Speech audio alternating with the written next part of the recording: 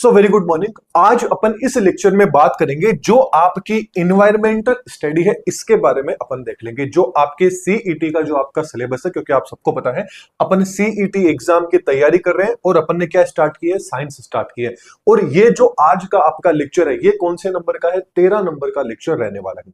मैंने आपको स्टार्टिंग में बताया था जब भी आप कोई भी लेक्चर देखें तो हमेशा ये वाली नंबरिंग देख लेना, तो कंप्लीट जो साइंस है वो इसी सीक्वेंस में चलती रहेगी, इसी नंबरिंग में चलती जाएगी। तो हर बार जो भी वीडियो देखे आप ये देख लीजिएगा कि ये लेक्चर आपका कौन से नंबर का रहने वाला है।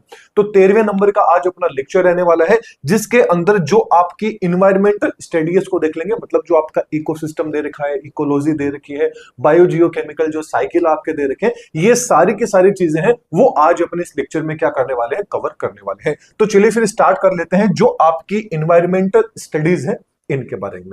इससे पहले आप चैनल पे नए तो इस चैनल को सब्सक्राइब जरूर कर लीजिएगा, क्योंकि कंप्लीट जो आपकी सीईटी की साइंस रहेगी वो अपन इसी यूट्यूब चैनल के ऊपर कंप्लीट रूप से फ्री के अंदर करने वाले हैं। इसके साथ साथ में जो भी यहां पर अपन पढ़ेंगे उसके जो नोट्स रहेंगे वो नोट्स भी कंप्लीट फ्री के अंदर आपको कहां मिल जाएंगे, जो अपनी प्ले स्टोर के ऊपर एप्लीकेशन है दादीज ग्रुप ऑफ एजुकेशन, इसी चैनल के नाम से जल्दी से एप्लीकेशन जो आपकी प्ले स्टोर है उसके ऊपर जाइएगा। अब देखिए इसकी जो लिंक है वो आपको डिस्क्रिप्शन बॉक्स में भी मिल जाएगी, या फिर डायरेक्ट प्ले स्टोर पे जाइए, दादीज ग्रुप ऑफ एजुकेशन सर्च कीजिए, एप्लीकेशन को डाउनलोड कर लीजिए। जैसे ही एप्लीकेशन को आप डाउनलोड कर लेते हैं ठीक वैसे ही आपको होम पेज के ऊपर ही जैसे लॉगिन आप कर लोगे डाउनलोड करके, तो होम पेज के ऊपर ही आपको फ्री नोट्स का सेक्शन देखने को मिलेगा। उस पे जैसे ही आप टैप करते हैं तो वहां पर आपको कंप्लीट जैसे जैसे अपने यहाँ पर लेक्चर आते रहते हैं वैसे वैसे वहां पर नोट्स है वो भी आपके अपलोड होते रहेंगे, तो कंप्लीट नोट्स भी आपको वहां से मिल जाएंगे। इसके अलावा चलिए टॉपिक है इसको अपन स्टार्ट कर लेते हैं, जो आपकी इन्वायरमेंटल स्टडी है इसको। इन्वायरमेंटल स्टडी के अंदर सबसे पहले पता होना चाहिए इकोलॉजी के बारे में। इकोलॉजी को क्या बोलते हैं, पारिस्थितिकी के नाम से जाना जाता है। पहली चीज, इकोलॉजी की डेफिनेशन क्या होती है, एग्जाम में नहीं पूछा जाएगा फिर भी आपको पता होना चाहिए। इकोलॉजी की डेफिनेशन होती है कोई भी ऑर्गेनिज्म होता है, कोई भी जीव होता है, वो जीव हो गया एंड जो अभी इन्वायरमेंट है ना, जो पर्यावरण है, इनके बीच में यदि किसी भी प्रकार का इंटरेक्शन होता है, बोले तो इनके मध्य जो पारस्परिक क्रियाएं होती है, इनके मध्य जो भी इंटरेक्शन होता है, इस इंटरेक्शन की जो स्टडी होती है, अध्ययन होता है, उसी अध्ययन को क्या बोला जाता है, इकोलॉजी। यदि सीधी सी लैंग्वेज में बोले तो जीव और वातावरण उनके मध्य होने वाली जो भी क्रियाएं होती है उनका जो अध्ययन होता है उसके अध्ययन को ही क्या बोला जाता है, इकोलॉजी। अब क्वेश्चन ये पूछा जा सकता है कि जो इकोलॉजी है इसके बारे में सबसे पहले कौन से वैज्ञानिक ने बताया था, तो याद रखना जो आपके अर्नेस्ट हैकेल नामक वैज्ञानिक है, सबसे पहले 1866 में इकोलॉजी के बारे में इन्होंने बताया था। इसके अलावा इकोलॉजी की दो ब्रांच होती है, कौन कौन सी, एक तो आ जाती है ओटिकोलॉजी, एक आ जाती है सिनेकोलॉजी। जो ओटिकोलॉजी होती है, ओटिकोलॉजी के अंदर क्या होता है, एक ही स्पीसीज ले लीजिए या एक ही आप पॉपुलेशन ले लीजिए, उसकी यदि अपन स्टडी है वो इन्वायरमेंट के साथ में करेंगे तो वो आपकी क्या आ जाती है, ओटिकोलॉजी आ जाती है। बोले तो सेम स्पीसीज की जो कंपैरिजन है, तुलना है, वो यदि आप इन्वायरमेंट के साथ में करेंगे, जैसे फॉर एग्जांपल अपन की बात करें, जैसे मान लीजिए माँ हो गया, मतलब एक तरह से एग्जांपल के द्वारा मैं समझा रहा हूं, जैसे अपन लोग ह्यूमन है, अपनी स्टडी एनवायरनमेंट के साथ में करेंगे वो तो क्या आ जाएगी, ओटिकोलॉजी। अब ठीक है, सिनेकोलॉजी में क्या होगा, अपनी स्टडी मान लीजिए किसी दो अलग अलग स्पीसीज मान लीजिए जानवरों की या कोई और भी स्पीसीज, जैसे एक मेरी अपनी इंसानों की स्पीसीज होगी, एक जानवर में कुत्ते की ले लीजिए, बिल्ली की, शेर के साथ में, किसी के साथ में भी यदि इन्वायरमेंट के साथ में स्टडी करेंगे तो वो किस में आ जाती है, सिनेकोलॉजी में। मतलब यदि एक ही स्पीसीज को लेकर इन्वायरमेंट के साथ में स्टडी करेंगे, जैसे फॉर एग्जाम्पल बात करें, एक ही इंसान मेरे को लेके यदि समझाने के कोई नहीं बता रहा हूं, एग्जाम्पल नहीं है, मेरे को लेके इन्वायरमेंट के साथ में स्टडी करेंगे तो वो तो किस में आ जाएगा, ओटिकोलॉजी, क्योंकि मैं एक स्पीसीज हूं, एक मैं स्पीसीज हो गई, एक स्पीसीज आप खुद को मान लीजिए कोई भी। यदि आपकी और मेरी इन्वायरमेंट के साथ में स्टडी की जाए, मतलब दो अलग अलग स्पीसीज हो गई ना, अब इनकी स्टडी यदि अपन इन्वायरमेंट के साथ में करेंगे तो वो क्या कहलाती है, सिनेकोलॉजी कहलाती है। तो ओटिकोलॉजी सिनेकोलॉजी में आई थिंक आपको डिफरेंस पता चल गया होगा। ओटिकोलॉजी में तो सेम स्पीसीज एंड इन्वायरमेंट के साथ में स्टडी की जाती है, सिनेकोलॉजी में दो अलग अलग स्पीसीज, जरूरी है दो हो, तीन भी हो सकती है, चार भी हो सकती है, कितनी भी हो, अलग अलग स्पीसीज का जो भी अपन इन्वायरमेंट के साथ में स्टडी करते हैं वो सिनेकोलॉजी के अंदर आ जाता है। तो ये अपन ने कुछ इंपॉर्टेंट पॉइंट्स बात कर ली। अब बात कर लेते हैं main very very important point जो आ जाता है आपका इकोसिस्टम यानी पारितंत्र से रिलेटेड। सबसे पहले तो आपको यह पता होना चाहिए कि इकोसिस्टम जो शब्द है, वर्ड है, ये किसने दिया था। तो ये जो आपके एजी टेंसले नामक वैज्ञानिक है, इनके द्वारा इकोसिस्टम शब्द दिया गया था। कब दिया गया था? 1935 के अंदर दिया गया था। वेरी इंपॉर्टेंट पॉइंट आपको पता होना चाहिए। अब दूसरा, इकोसिस्टम एक्चुअल में क्या होता है? तो हमेशा याद रखना जो आपका इकोसिस्टम होता है, इकोसिस्टम सिंपल डेफिनेशन की बात करें तो जो आपके लिविंग घटक होते हैं, बोले तो लिविंग जो कंपोनेंट्स होते हैं और जो आपके नॉन लिविंग कंपोनेंट्स होते हैं, इनके बीच में जो भी इंटरेक्शन होता है उसकी जब अपन स्टडी करते हैं, अध्ययन करते हैं, वो क्या कहलाता है? आपका इकोसिस्टम कहलाता है। बोले तो लिविंग एंड आपके नॉन लिविंग कंपोनेंट्स होते हैं, उनके मध्य किसी भी प्रकार का इंटरेक्शन होता है और उसकी जब अपन स्टडी करते हैं, वो स्टडी क्या कहलाती है? किसके अंतर्गत करते हैं? इकोसिस्टम के। मतलब जैविक एंड अजैविक घटकों के बीच में समस्त होने वाली क्रियाओं का जो समूह होता है, उसी को क्या बोलते हैं? इकोसिस्टम बोलते हैं। अब जैसे बात करें तो कुछ प्रकार के इकोसिस्टम होते हैं, कौन कौन से? यदि तालाब की स्टडी करेंगे तो उसको पॉन्ड इकोसिस्टम बोलेंगे। ऐसे ही फॉरेस्ट जंगल के लिए हो गया, ग्रासलैंड घास के लिए हो गया, मेराइन किसके लिए हो गया? जो आपका समंदर होता है उसके लिए हो जाता है। इसके अलावा आपको यह पता होना चाहिए कि जो आधुनिक जो आपका इकोसिस्टम है, इसका जो फादर है, पितामह है, वो किसको बोला जाता है? तो याद रखना ओडम को बोला जाता है। वेरी वेरी इंपॉर्टेंट है कि फादर ऑफ मॉडर्न इकोलॉजी किसको बोला जाता है? तो याद रखना ओडम को बोला जाता है। ठीक ऐसे ये पूछ लिया जाए कि इंडियन फादर ऑफ इकोलॉजी किसको बोला है जाता है? तो याद रखना प्रोफेसर रामदेव जो आपके मिश्रा है, इनको क्या बोला जाता है? फादर ऑफ इंडियन इकोसिस्टम के नाम से जाना जाता है। वेरी वेरी इंपॉर्टेंट पॉइंट है ये, दोनों के दोनों, इनको याद रखिएगा। इसके अलावा जो आपका इकोसिस्टम होता है, इकोसिस्टम के दो मेन कंपोनेंट्स होते हैं, वो कौन से होते हैं? अभी अपन ने बात की जैविक एंड आपके जैविक, जिसको अपन जीवित घटक भी बोल सकते हैं। तो कौन कौन से होते हैं इकोसिस्टम के अंदर? दो कंपोनेंट्स की अपन बात करेंगे। दो आपके कंपोनेंट्स होते हैं, एक तो आपका बायोटिक कंपोनेंट हो जाता है, एक आपका एबायोटिक, नॉन बायोटिक, कुछ भी आप इसको बोल सकते हैं। चलिए इनको थोड़ा सा अपन डिस्कस करते हैं। ये जो चार्ट है सबसे ज्यादा इंपॉर्टेंट, अच्छे से देखेगा। इकोसिस्टम की बात कर लेते हैं, पारितंत्र की जो अभी अपन बात कर रहे हैं। आपका जो इकोसिस्टम है इसके दो कंपोनेंट्स होते हैं, जस्ट अभी अपन ने बात किया है, कौन सा? एबायोटिक कंपोनेंट्स एंड आपके बायोटिक कंपोनेंट्स आ जाते हैं। बायोटिक जो आपके एबायोटिक कंपोनेंट्स आते हैं, इस एबायोटिक कंपोनेंट्स के अंदर आपका टेम्परेचर आ गया, आपकी बारिश आ जाती है, आपकी ह्यूमिडिटी बोले तो आर्द्रता आ जाती है, ह्यूमस आ जाती है, नमी आ जाती है, जो भी आपकी चीजें हैं वो सारा का सारा हवा आ जाती है, सारी की सारी चीजें किसमें आ जाती है? एबायोटिक कंपोनेंट्स में आ जाती है। अब बात कर लेते हैं बायोटिक कंपोनेंट्स, क्योंकि एबायोटिक कंपोनेंट्स इतना ज्यादा इंपॉर्टेंट नहीं है जितना आपका बायोटिक कंपोनेंट है।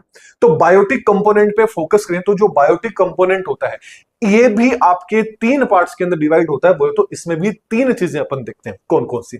एक तो आ जाता है प्रोड्यूसर, एक आ जाता है कंज्यूमर, एक आ जाता है डीकंपोजर। प्रोड्यूसर की बात करें तो इसको तो क्या बोलेंगे? उत्पादक बोलेंगे। कंज्यूमर की बात करें तो उपभोग आ गया, और डीकंपोजर की बात करें तो जो भी मर जाता है, अपशिष्ट या अपशिष्ट जो भी आप इसको बोलते हैं, अपक्षय जो भी आप इसको बोले, वो आपका क्या जाता है? डीकंपोजर। अब देखिए हमेशा याद रखना जो आपका प्रोड्यूसर होगा, प्रोड्यूसर का मतलब किसी चीज का प्रोडक्शन को कोई भी उत्पाद रहेगा उसको बनाने का काम करेगा, वो आपका क्या कहलाता है? ऑटोट्रोपस। तो याद रखना प्रोड्यूसर को हमेशा ऑटोट्रोपस भी बोलते हैं। ऑटोट्रोपस का मतलब जो अपना भोजन क्या बना ले, स्वयं बना ले, क्योंकि हिंदी में क्या बोलते हैं इसको? स्वयं पोषी बोलते हैं। ऑटो का मतलब स्वयं से आ जाता है, ट्रोपस का मतलब किससे होता है? पोषी से, इसलिए इसको क्या बोलेंगे? आपका ऑटोट्रोपस बोले तो स्वयं पोषी बोलेंगे। अब सोचिए खुद अपना खाना कौन बनाता है? तो याद रखना जो आपके प्लांट्स। अब आप कहेंगे सर हम भी अपना खाना खुद बनाते हैं, क्योंकि हम तो हॉस्टल में रहते हैं, पीजी में रहते हैं, घर पे भी खाना खुद बनाते हैं। तो अपन खुद खाना हाथों से तो बना रहे हैं, लेकिन अपन किसी न किसी प्रोडक्ट का यूज कर रहे हैं। वो प्रोडक्ट एक्चुअल में कहां से प्राप्त हुआ है? जो भी चीजें आप बनाते हैं खाने के लिए, वो हर एक चीज कहां से बनती है? आपके प्लांट से बनती है। किसे? जो आपके पेड़ पौधे होते हैं, क्योंकि पेड़ पौधे अपना भोजन खुद बना लेते हैं, फोटोसिंथेसिस बोले तो प्रकाश संश्लेषण के द्वारा। इसलिए आपका प्रोड्यूसर कौन आ जाता है? आपके प्लांट्स आ जाते हैं। फिर अपन लोग किस में आते हैं, कंज्यूमर के अंदर आते हैं। अपन किसी चीज का कंज्यूम करते हैं, उपभोग करते हैं, इसलिए अपन को हेटेरोट्रोपस बोला जाता है। बोले तो विषम पोषी बोला जाता है। विषम पोषी वो जीव होते हैं जो अपना भोजन स्वयं नहीं बना पाते हैं, उसके अंदर कौन आ जाते हैं, बाकी सारे लोग आ जाते हैं, अपन भी उसके अंदर आ जाते हैं। तीसरा आ जाता है डीकंपोजर, या जिसको सेफेरोट्रोप्स के नाम से भी जाना जाता है।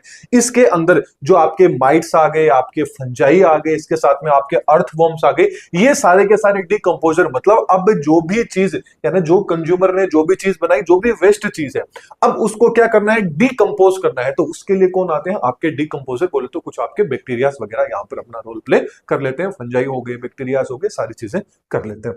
अब जो मेन इंटरेस्टिंग चीज है, जो आपका हेटेरोट्रोपस या जो आपके कंज्यूमर्स होते हैं, ये भी कुछ अलग अलग प्रकार के होते हैं। जैसे primary consumer, secondary consumer, tertiary consumer, quaternary consumer, ऐसे आगे कंज्यूमर आपके चलते रहते हैं। तो main primary, secondary and tertiary consumer में आ जाता है। प्राइमरी जो कंज्यूमर रहेंगे, इनको क्या बोला जाता है, हर्बीवोरस बोला जाता है। हर्बीवोरस का मतलब क्या हो जाता है, ऐसे जीव जिनको शाकाहारी अपन बोलते हैं। ऐसे जीव जो मांस वगैरह नहीं खाते हैं, शाकाहारी बोले तो, जो केवल हरे पेड़ पौधे होते हैं, उन्हीं पे क्या होते हैं, डिपेंड होते हैं, वो किस में आ जाते हैं, आपके प्राइमरी कंज्यूमर, जिसको क्या बोला जाता है, हर्बीवोरस के नाम से जाना जाता है। अब देखिए, इसमें आपके इंसेक्ट्स वगैरह आ गए, चूहे वगैरह आ गए, रेबिट आ गया, डेरियर मतलब हिरण आपका आ गया, सारे के सारे किसमें आ जाते हैं, प्राइमरी कंज्यूमर में आ जाते हैं। जबकि सेकेंडरी कंज्यूमर की बात करें तो सेकेंडरी कंज्यूमर को प्राइमरी क्या बोला जाता है, कार्निवोरस बोला जाता है। कार्निवोरस का मतलब जो क्या होते हैं, आपके सारी चीजें जो खा सकते हैं, मतलब जो मांस वगैरह खाते हैं। तो इसके अंदर आपके कौन आ जाते हैं, बर्ड्स आ जाते हैं, फ्रॉग आ जाते हैं, स्नेक आ जाते हैं, फॉक्स आपका लोमड़ी वगैरह, ये इसमें किसमें आ जाते हैं, सेकेंडरी कंज्यूमर। ठीक ऐसे ही आपका टर्सरी कंज्यूमर होता है, मतलब जो प्राइमरी कंज्यूमर रहेगा, ये प्राइमरी कंज्यूमर किसके ऊपर डिपेंड रहेगा, जो आपका प्रोड्यूसर रहेगा, ऑटोट्रोपस रहेगा, इसके ऊपर रहेगा। फिर जो आपका सेकेंडरी होगा, ये सेकेंडरी कंज्यूमर किस पे डिपेंड रहेगा, प्राइमरी कंज्यूमर के ऊपर क्या रहेगा, डिपेंड रहेगा, क्योंकि ये क्या करेगा, इन लोगों को खाएगा। फिर जो टर्सरी रहेगा, ये सेकेंडरी कंज्यूमर को खा लेगा। ठीक ऐसे इसी तरीके से क्या होता है, साइकिल चला रहता है। इसी को फूड चेन का नाम सुना होगा, फूड वेब का आपने नाम सुना होगा। इसी तरीके से खाद्य जाल, खाद्य श्रृंखलाएं क्या होती हैं, आपकी बनती है। अब चलिए इनको वन बाय वन करके अच्छे से समझने की कोशिश करते हैं। चलिए सबसे पहले बात कर लेते हैं बायोटिक कंपोनेंट्स की।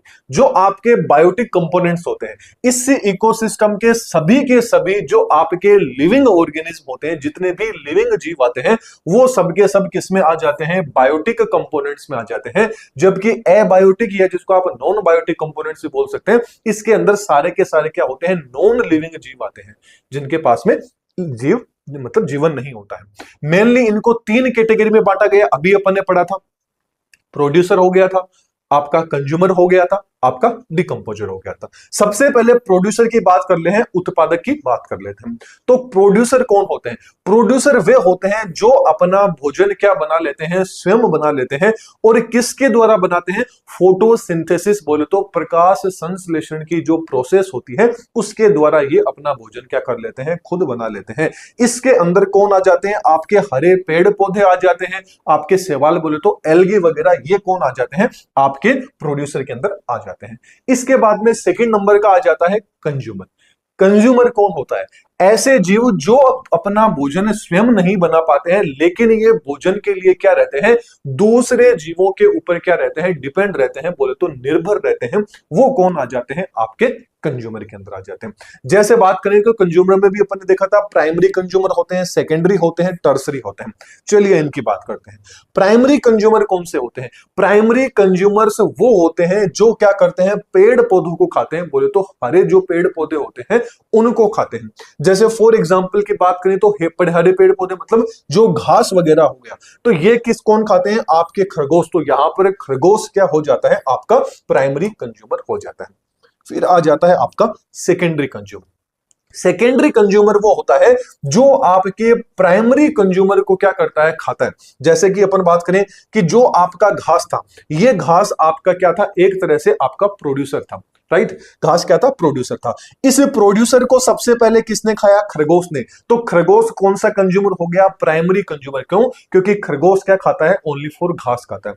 अब ये जो खरगोश रहेगा, इस खरगोश को कौन खा लेगा? जो आपका सांप रहेगा। ये सांप क्या कर लेगा? इस खरगोश को खा लेता है। ये सांप क्या करता है? इस खरगोश को खा लेता है। तो यहां पर ये जो आपका सांप रहेगा, स्नेक रहेगा, ये किस में आ जाता है? आपका सेकेंडरी कंज्यूमर के अंदर आ जाता है। फिर बात करते हैं टर्सरी कंज्यूमर। टर्सरी कंज्यूमर क्या करेगा? जो सेकेंडरी कंज्यूमर रहेगा, इस सेकेंडरी कंज्यूमर को खा लेता है। जैसे आपका जो घास था, ये क्या था? प्रोड्यूसर था। फिर इस घास को किसने खाया? आपके खरगोश ने खा लिया। तो यहां पर खरगोश क्या आ गया था? प्राइमरी कंज्यूमर आ गया था। इस खरगोश को किसने खा लिया था? सांप ने खा लिया था। सीधी सी बात है। तो आपका सांप क्या आ गया था? सेकेंडरी कंज्यूमर आ गया था। अब इस सांप को कौन खा लेगा? जो आपका बाज रहेगा। ये बाज यदि इसका शिकार कर लेता है, तो अब बाज यहां पर क्या आ जाता है?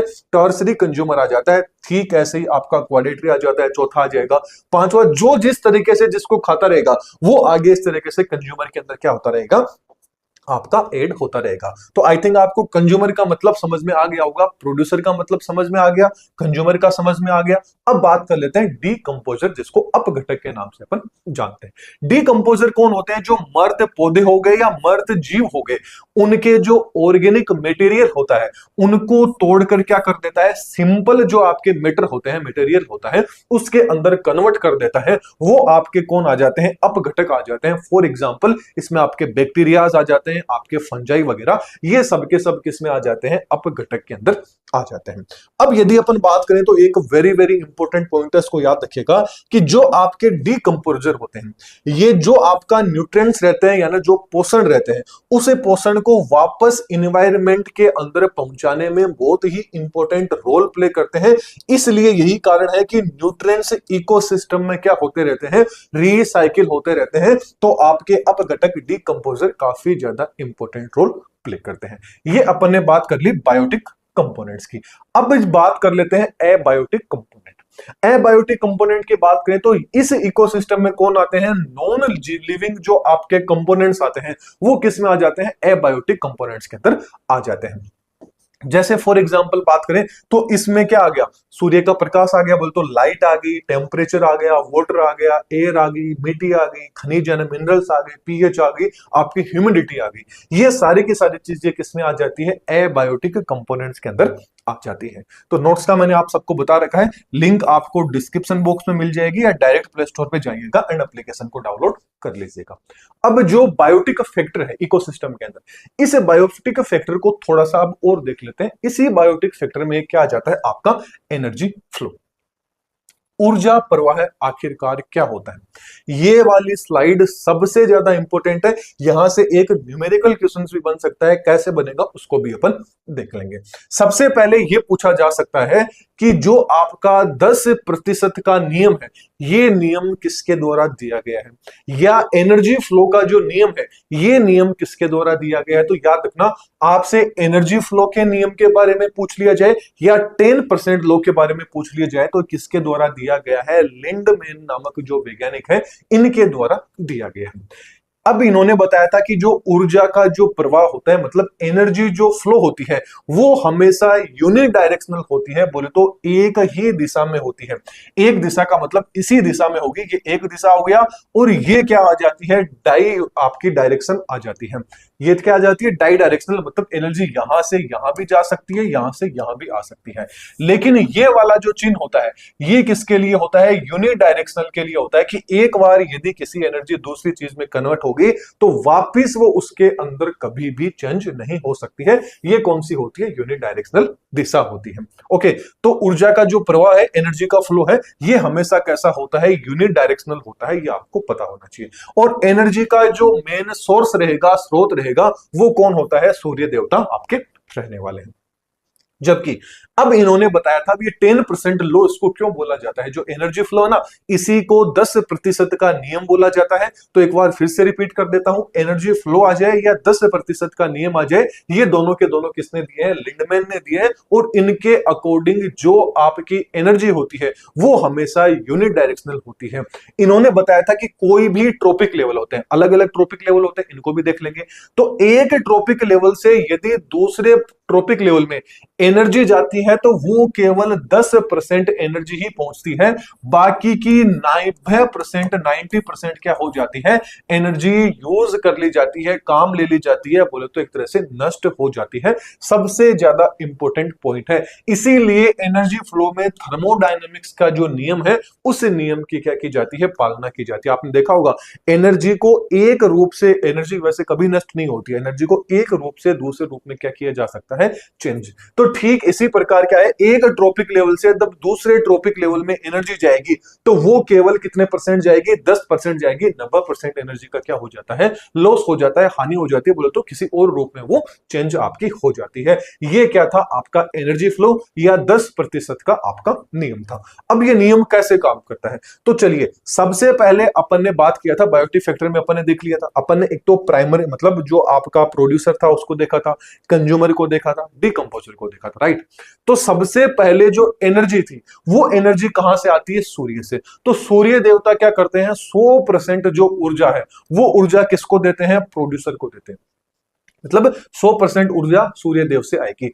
अब वो एनर्जी जब तक प्रोड्यूसर के पास में पहुंचेगी तब तक वो एनर्जी कितनी परसेंट यूज होगी, 10% ही, क्योंकि यहां पर 90% एनर्जी का क्या हो जाता है, अपहास हो जाता है, बोले तो लॉस हो जाता है। तो 100% एनर्जी सूर्य देव से आई, लेकिन प्रोड्यूसर तक पहुंचते पहुंचते कितने परसेंट रह गई, वो 10% रह गई, 90% का लॉस हो गया।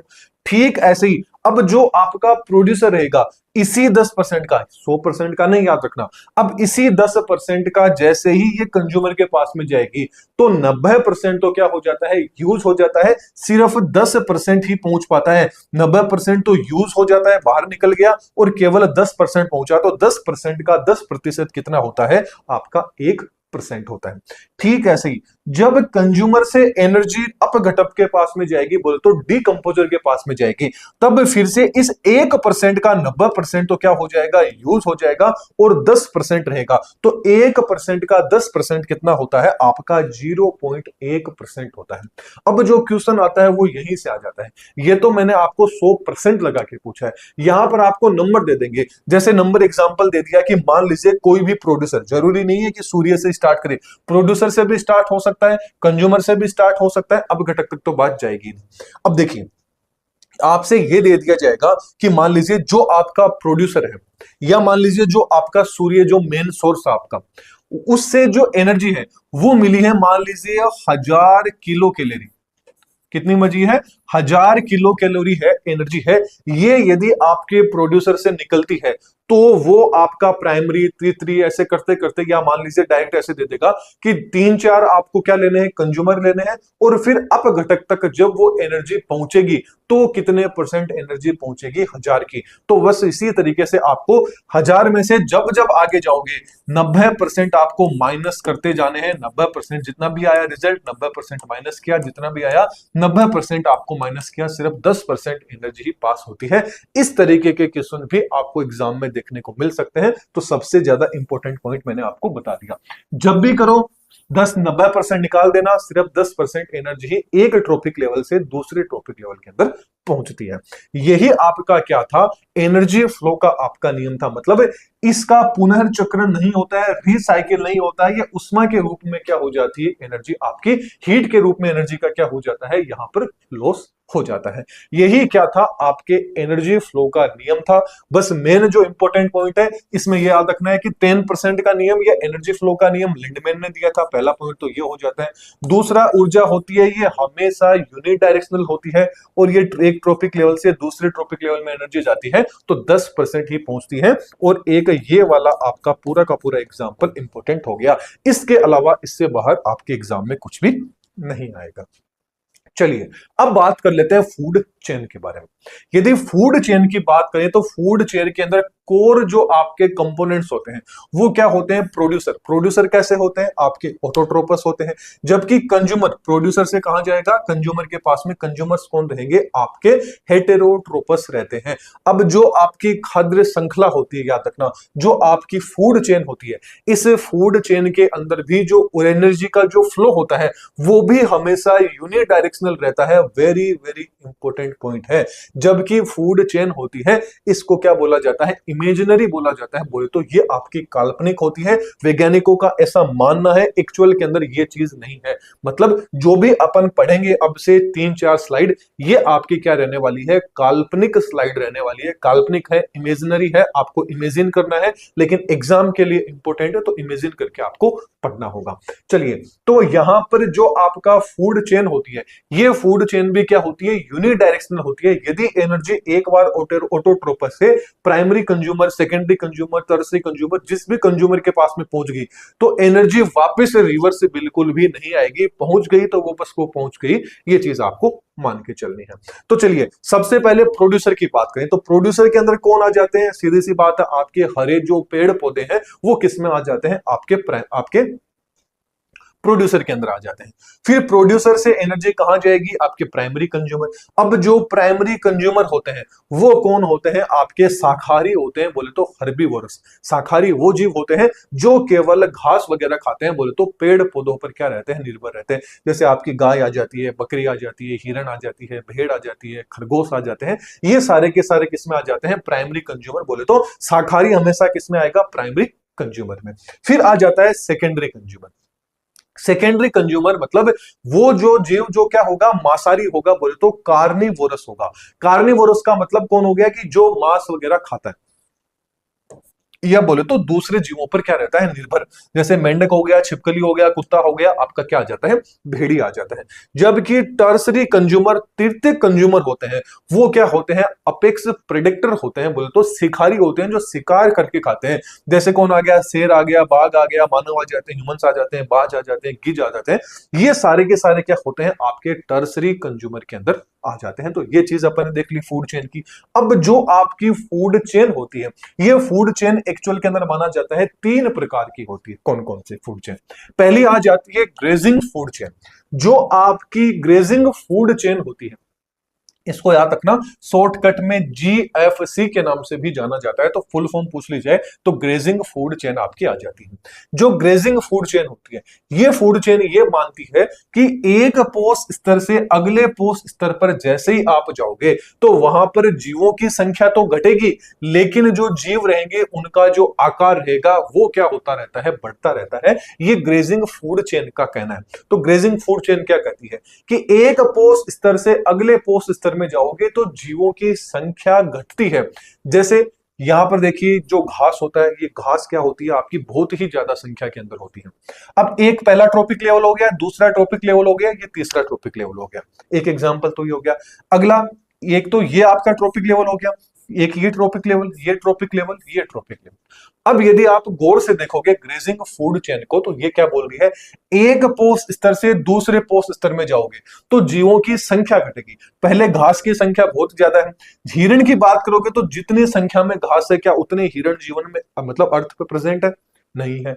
जितने हिरण प्रेजेंट है, क्या उतनी ही संख्या में शेर प्रेजेंट है, बिल्कुल भी नहीं। चलिए एक एग्जांपल और बात करते हैं, जितना घास प्रेजेंट है, क्या उतनी ही संख्या में कीट प्रेजेंट है, बिल्कुल भी नहीं। अब जितने कीट प्रेजेंट है, क्या उतनी ही संख्या में मेंढक प्रेजेंट है, बिल्कुल भी नहीं। अब जितनी संख्या में मेंढक प्रेजेंट है, क्या उतनी संख्या में सांप प्रेजेंट है, नहीं ना। लेकिन अब यहां पर क्या बोला जा रहा है, गौर से देखोगे तो एक पोस्ट स्तर से दूसरे पोस्ट स्तर में जा रहे हो तो जीवों की संख्या तो घट रही है। तो जीवों की संख्या घट रही है, घास यहां ज्यादा है तो हिरण कम है, शेर उससे भी कम है। नीचे वाले एग्जाम्पल में भी घास ज्यादा है, कीट और कम हो जाते हैं, मेंढक कम हो जाते हैं, फिर सांप भी कम हो जाते हैं। पहली चीज फॉलो कर दी कि भाई जैसे जैसे आगे बढ़ रहे हो आप, वैसे वैसे जीवों की संख्या भी कम होती जा रही है, लेकिन जीवों का आकार बढ़ रहा है। घास की साइज छोटी होती है, लेकिन कीट की साइज घास से बड़ी हो जाती है, फिर कीट से बड़ी साइज मेंढक की हो जाती है, और मेंढक से बड़ी साइज सांप की हो जाती है। ऊपर वाले एग्जांपल में बात करें, घास की साइज छोटी है, घास से बड़ा कौन हो जाता है, हिरण की साइज हो जाती है, और हिरण से बड़ी किसकी साइज हो जाती है, शेर की साइज हो जाती है। बस यही आपकी ग्रेजिंग फूड चेन का कहना है। अगली आ जाती है पैरासाइटिक फूड चेन, क्या ना, जिसको अपन PFC साइकिल के नाम से भी PFC बोल तो पैरासाइटिक फूड चेन के नाम से भी जानते हैं। अब पैरासाइटिक फूड चेन क्या बोलती है, इसको भी देखिए। ये बोलती है कि एक ट्रॉपिक लेवल से, पोस्ट स्तर से आप यदि अगले पोस्ट स्तर में जाएंगे तो यहां पर जीवों का जो आकार होता है, वो जीवों का आकार तो आपका घट जाएगा, लेकिन जीवों की संख्या क्या होती है, वो यहां पर बढ़ जाती है। जीव का आकार कम हो जाएगा, लेकिन जीवों की संख्या होती है ये यहां पर बढ़ जाता है। अब देखिए, जो आपका पेड़ है, ये पेड़ क्या होता है, साइज में काफी ज्यादा बड़ा होता है। अब इसी पेड़ के ऊपर यदि बहुत सारे पक्षी बैठे हैं, तो इस पेड़ के कंपैरिजन में पक्षी क्या हो जाते हैं, उनकी साइज तो कम हो जाती है, लेकिन उनकी संख्या क्या हो जाती है, बढ़ जाती है, क्योंकि एक पेड़ पे बहुत सारे पक्षी बैठे हो सकते हैं। अब वो जो पक्षी है, उन पक्षियों के अंदर भी जू रहेगी, सीधी सी बात, उनके बाल रहेंगे पक्षियों के, उनके अंदर भी जुएं रहेंगी। अब ये जो जुएं है, ये जुएं क्या हो जाती हैं, पक्षियों की संख्या से क्या हो जाती है, आपकी ज्यादा हो जाती है। तो ये ट्रॉपिक लेवल क्या बोल रहा है कि पेड़ है, इस पेड़ के साइज तो क्या है, देखिए पहला ट्रॉपिक लेवल हो गया, ये दूसरा ट्रॉपिक लेवल, ये तीसरा ट्रॉपिक लेवल। यदि पहले ट्रॉपिक लेवल में देखोगे तो पेड़ की साइज यहां पर क्या है, काफी बड़ी है, बोले तो जीव की साइज बड़ी है, लेकिन संख्या क्या होती है पेड़ की, आपकी क्या होती है, मतलब एक तरह से लिमिटेड। लेकिन जब आप जैसे पक्षी में जाओगे तो पक्षियों की साइज तो कम हो जाती है, लेकिन संख्या क्या हो जाती है, पेड़ की कंपेरिजन में बहुत ज्यादा हो जाती है। एक पेड़ की बात कर रहे हैं अपन, इसी एक पेड़ के ऊपर क्या प्रेजेंट है, पक्षी प्रेजेंट है, इसी पक्षी पे क्या है, जू प्रेजेंट है, क्योंकि पक्षियों के बालों के अंदर हेयर में जू रहेगी। अब ये जू क्या होगी, पक्षियों की कंपैरिजन में ज्यादा रहेगी, लेकिन पक्षियों की तुलना में साइज क्या होगी, जू की आपकी छोटी हो जाती है। तो ये ट्रॉपिक लेवल कौन सा आ जाता है, पैरासाइटिक फूड चेन वाला आपका आ जाता है। अगला आ जाता है डिट्राइटस फूड चेन, जिसको क्या बोला जाता है, डीएफसी के नाम से भी जाना जाता है। तो जो आपका डिट्राइटस फूड चेन होती है, ये फूड चेन क्या कहती है, ये बोलती है कि यह चक्रिक, जो आपका साइक्लिक पौधों की बजाय ये क्या करता है, जो आपके मर्त कार्बनिक पदार्थ होते हैं वहां से शुरू होता है, और जो जीव जैसे जैसे सड़े, मतलब जैसे ही जीव सड़ता है, पौधे सड़ते हैं, तो ये चक्कर आपका क्या हो जाता है, आपका स्टार्ट हो जाता है। तो ये एक साइकिल आपका, मतलब मर्त कार्बनिक पदार्थ होते हैं, उनसे क्या होता है, आपका डिट्राइटस फूड चेन क्या होता है, स्टार्ट होता है। और सबसे छोटा फूड चेन होता है वो आपका डीएफसी होता है, डिट्राइटस फूड आपका चेन होता है। जैसे कोई भी आपका जीव है, वो जीव मान लीजिए मर गया, तो वो जो आपका जीव था, जैसे कौन मरा, जैसे सांप था, सांप ने मेंढक को खाया, केंचुआ हो गया, केंचुए ने उसको पचा दिया, फिर कार्बनिक मर्त पदार्थ आपका, इस तरह से क्या होता है, ये आपके कार्बनिक पदार्थ के रूप में चलता रहता है, जो डिट्राइटस फूड आपका चेन होता है। तो ये सारी की सारी चीजें वैज्ञानिकों के अकॉर्डिंग क्या थी, आपकी काल्पनिक थी, जो आपकी फूड चेन थी। जबकि जो फूड आपकी वेब होती है, इस फूड वेब को आपका क्या बोला जाता है, वास्तविक होती है, बोले तो ये आपकी ट्री होती है। फूड चेन काल्पनिक होती है, लेकिन फूड वेब बोले तो खाद्य जाल होता है, ये एक्चुअल में वास्तविक होता है। तो जो आपका फूड वेब होता है, ये क्या करती है, बहुत सारी जो खाद्य श्रृंखलाएं होती है, यानी जो फूड चेन होती है, वो बहुत सारी फूड चेन आपस में मिलकर किसका निर्माण करती है, जाल का निर्माण करती है, खाद्य जाल का निर्माण करती है। जबकि खाद्य जाल में जो ऊर्जा होती है, ये ऊर्जा बहुत ही कॉम्प्लेक्स होती है और मल्टी डायरेक्शनल होती है। जबकि फूड चेन अपन ने देखा था, तो फूड चेन में एनर्जी क्या थी, यूनिडायरेक्शनल थी।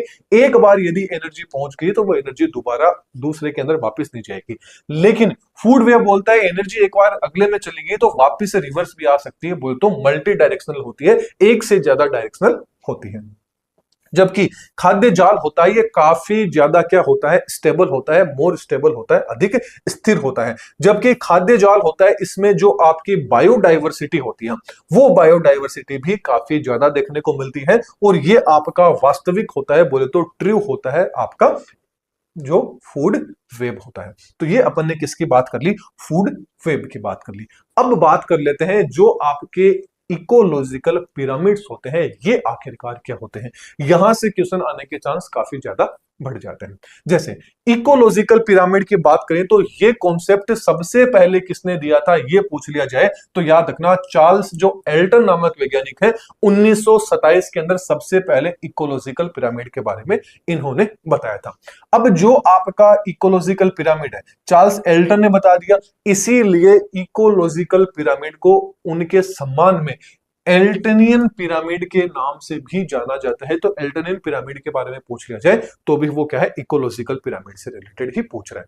अब जो इकोलॉजिकल पिरामिड है, ये बोलता है कि जो आपकी खाद्य श्रृंखला होती है उसमें जितने भी आपके ट्रॉपिक लेवल थे ना, प्रत्येक ट्रॉपिक लेवल पर क्या होता है, जो जीवों की संख्या होती है, क्या ना नंबर ऑफ ऑर्गेनिज्म होते हैं, या बोले तो बायोमास, या आप बायो एनर्जी ले लीजिए, या बोले तो मतलब जो आपका जीवों की संख्या होगी एंड जीवों का जो भार हो गया, या जीवों की जो एनर्जी होगी, इसको दर्शाने के लिए क्या होता है, एक आरेख बनाया गया था कि किस तरीके से एनर्जी होती है वो एक ट्रॉपिक लेवल से दूसरे ट्रॉपिक लेवल में ले रही है। बोले तो जो अपने एनर्जी फ्लो का 10% का जो नियम पड़ा था, वो नियम अब कैसे अप्लाई होता है, उस अप्लाई को अपन इस पिरामिड, ये जो इकोलॉजिकल पिरामिड है, इस इकोलॉजिकल पिरामिड के द्वारा समझते हैं। जैसे आपने कोई भी पिरामिड देखा होगा, पिरामिड ऐसे ही तो बनता है ना, जिसको आप त्रिभुज भी बोल देते हैं, पिरामिड ऐसे बनता है। तो देखिए इस पिरामिड को क्या कर दिया, छोटे छोटे टुकड़े कर दिए। अब गौर से यदि आप देखोगे नीचे कितनी ज्यादा स्पेस है, फिर जैसे ही आगे गए स्पेस कम होता गया, और आगे गए और कम हो गया, और आगे गए और कम हो गया, और आगे कम। अब मान लीजिए पहला ट्रॉपिक लेवल था, दूसरे में गए, तीसरा ट्रॉपिक लेवल, चौथा ट्रॉपिक लेवल, पांचवा ट्रॉपिक लेवल, राइट। तो यही चीज वो होगी कि 10% यहां पे होगी, 10% यहां पे काम आ गई एनर्जी, 10% आगे चलेगी, 10% आगे चलेगी। मतलब जो वैज्ञानिक लिंडमैन ने बताया था वो उन्होंने एक तरह से मान लीजिए कि भाषा के रूप में, माउथी मतलब वर्बल रूप में बता दिया था। इन्होंने पूरी की पूरी चीज को समझा के बताया कि किस तरह से एक ट्रॉपिक लेवल से दूसरे ट्रॉपिक लेवल में एनर्जी क्या होती है, पहुंचती है। अब इसको इन्होंने क्या है, ट्रॉपिक लेवल को इन्होंने जीवों की संख्या के आधार पर, नंबर ऑफ ऑर्गेनिज्म एंड जीवों का जो बायोमास होता है उसके बेसिस पर जीवों में जो एनर्जी होती है उसको दर्शाने के लिए इकोलॉजिकल पिरामिड बनाया गया। अब ये जो आपका इकोलॉजिकल पिरामिड होता है, याद रखना ये भी आपका कितने प्रकार का हो गया, 3 प्रकार का हो गया। जैसा कि अभी अपन ने देखा कि पिरामिड्स के number of pyramids, number of मतलब pyramids of biomass and pyramids of energy. चलिए इन तीनों पिरामिड्स को अपन डिटेल में पढ़ने की क्या करते हैं, कोशिश करते हैं। अब सबसे ज्यादा इंपॉर्टेंट क्वेश्चन है इस स्लाइड में से, एंड आगे एक स्लाइड और बताऊंगा, वहीं से बस क्वेश्चन आएगा, उससे ज्यादा नहीं आएगा।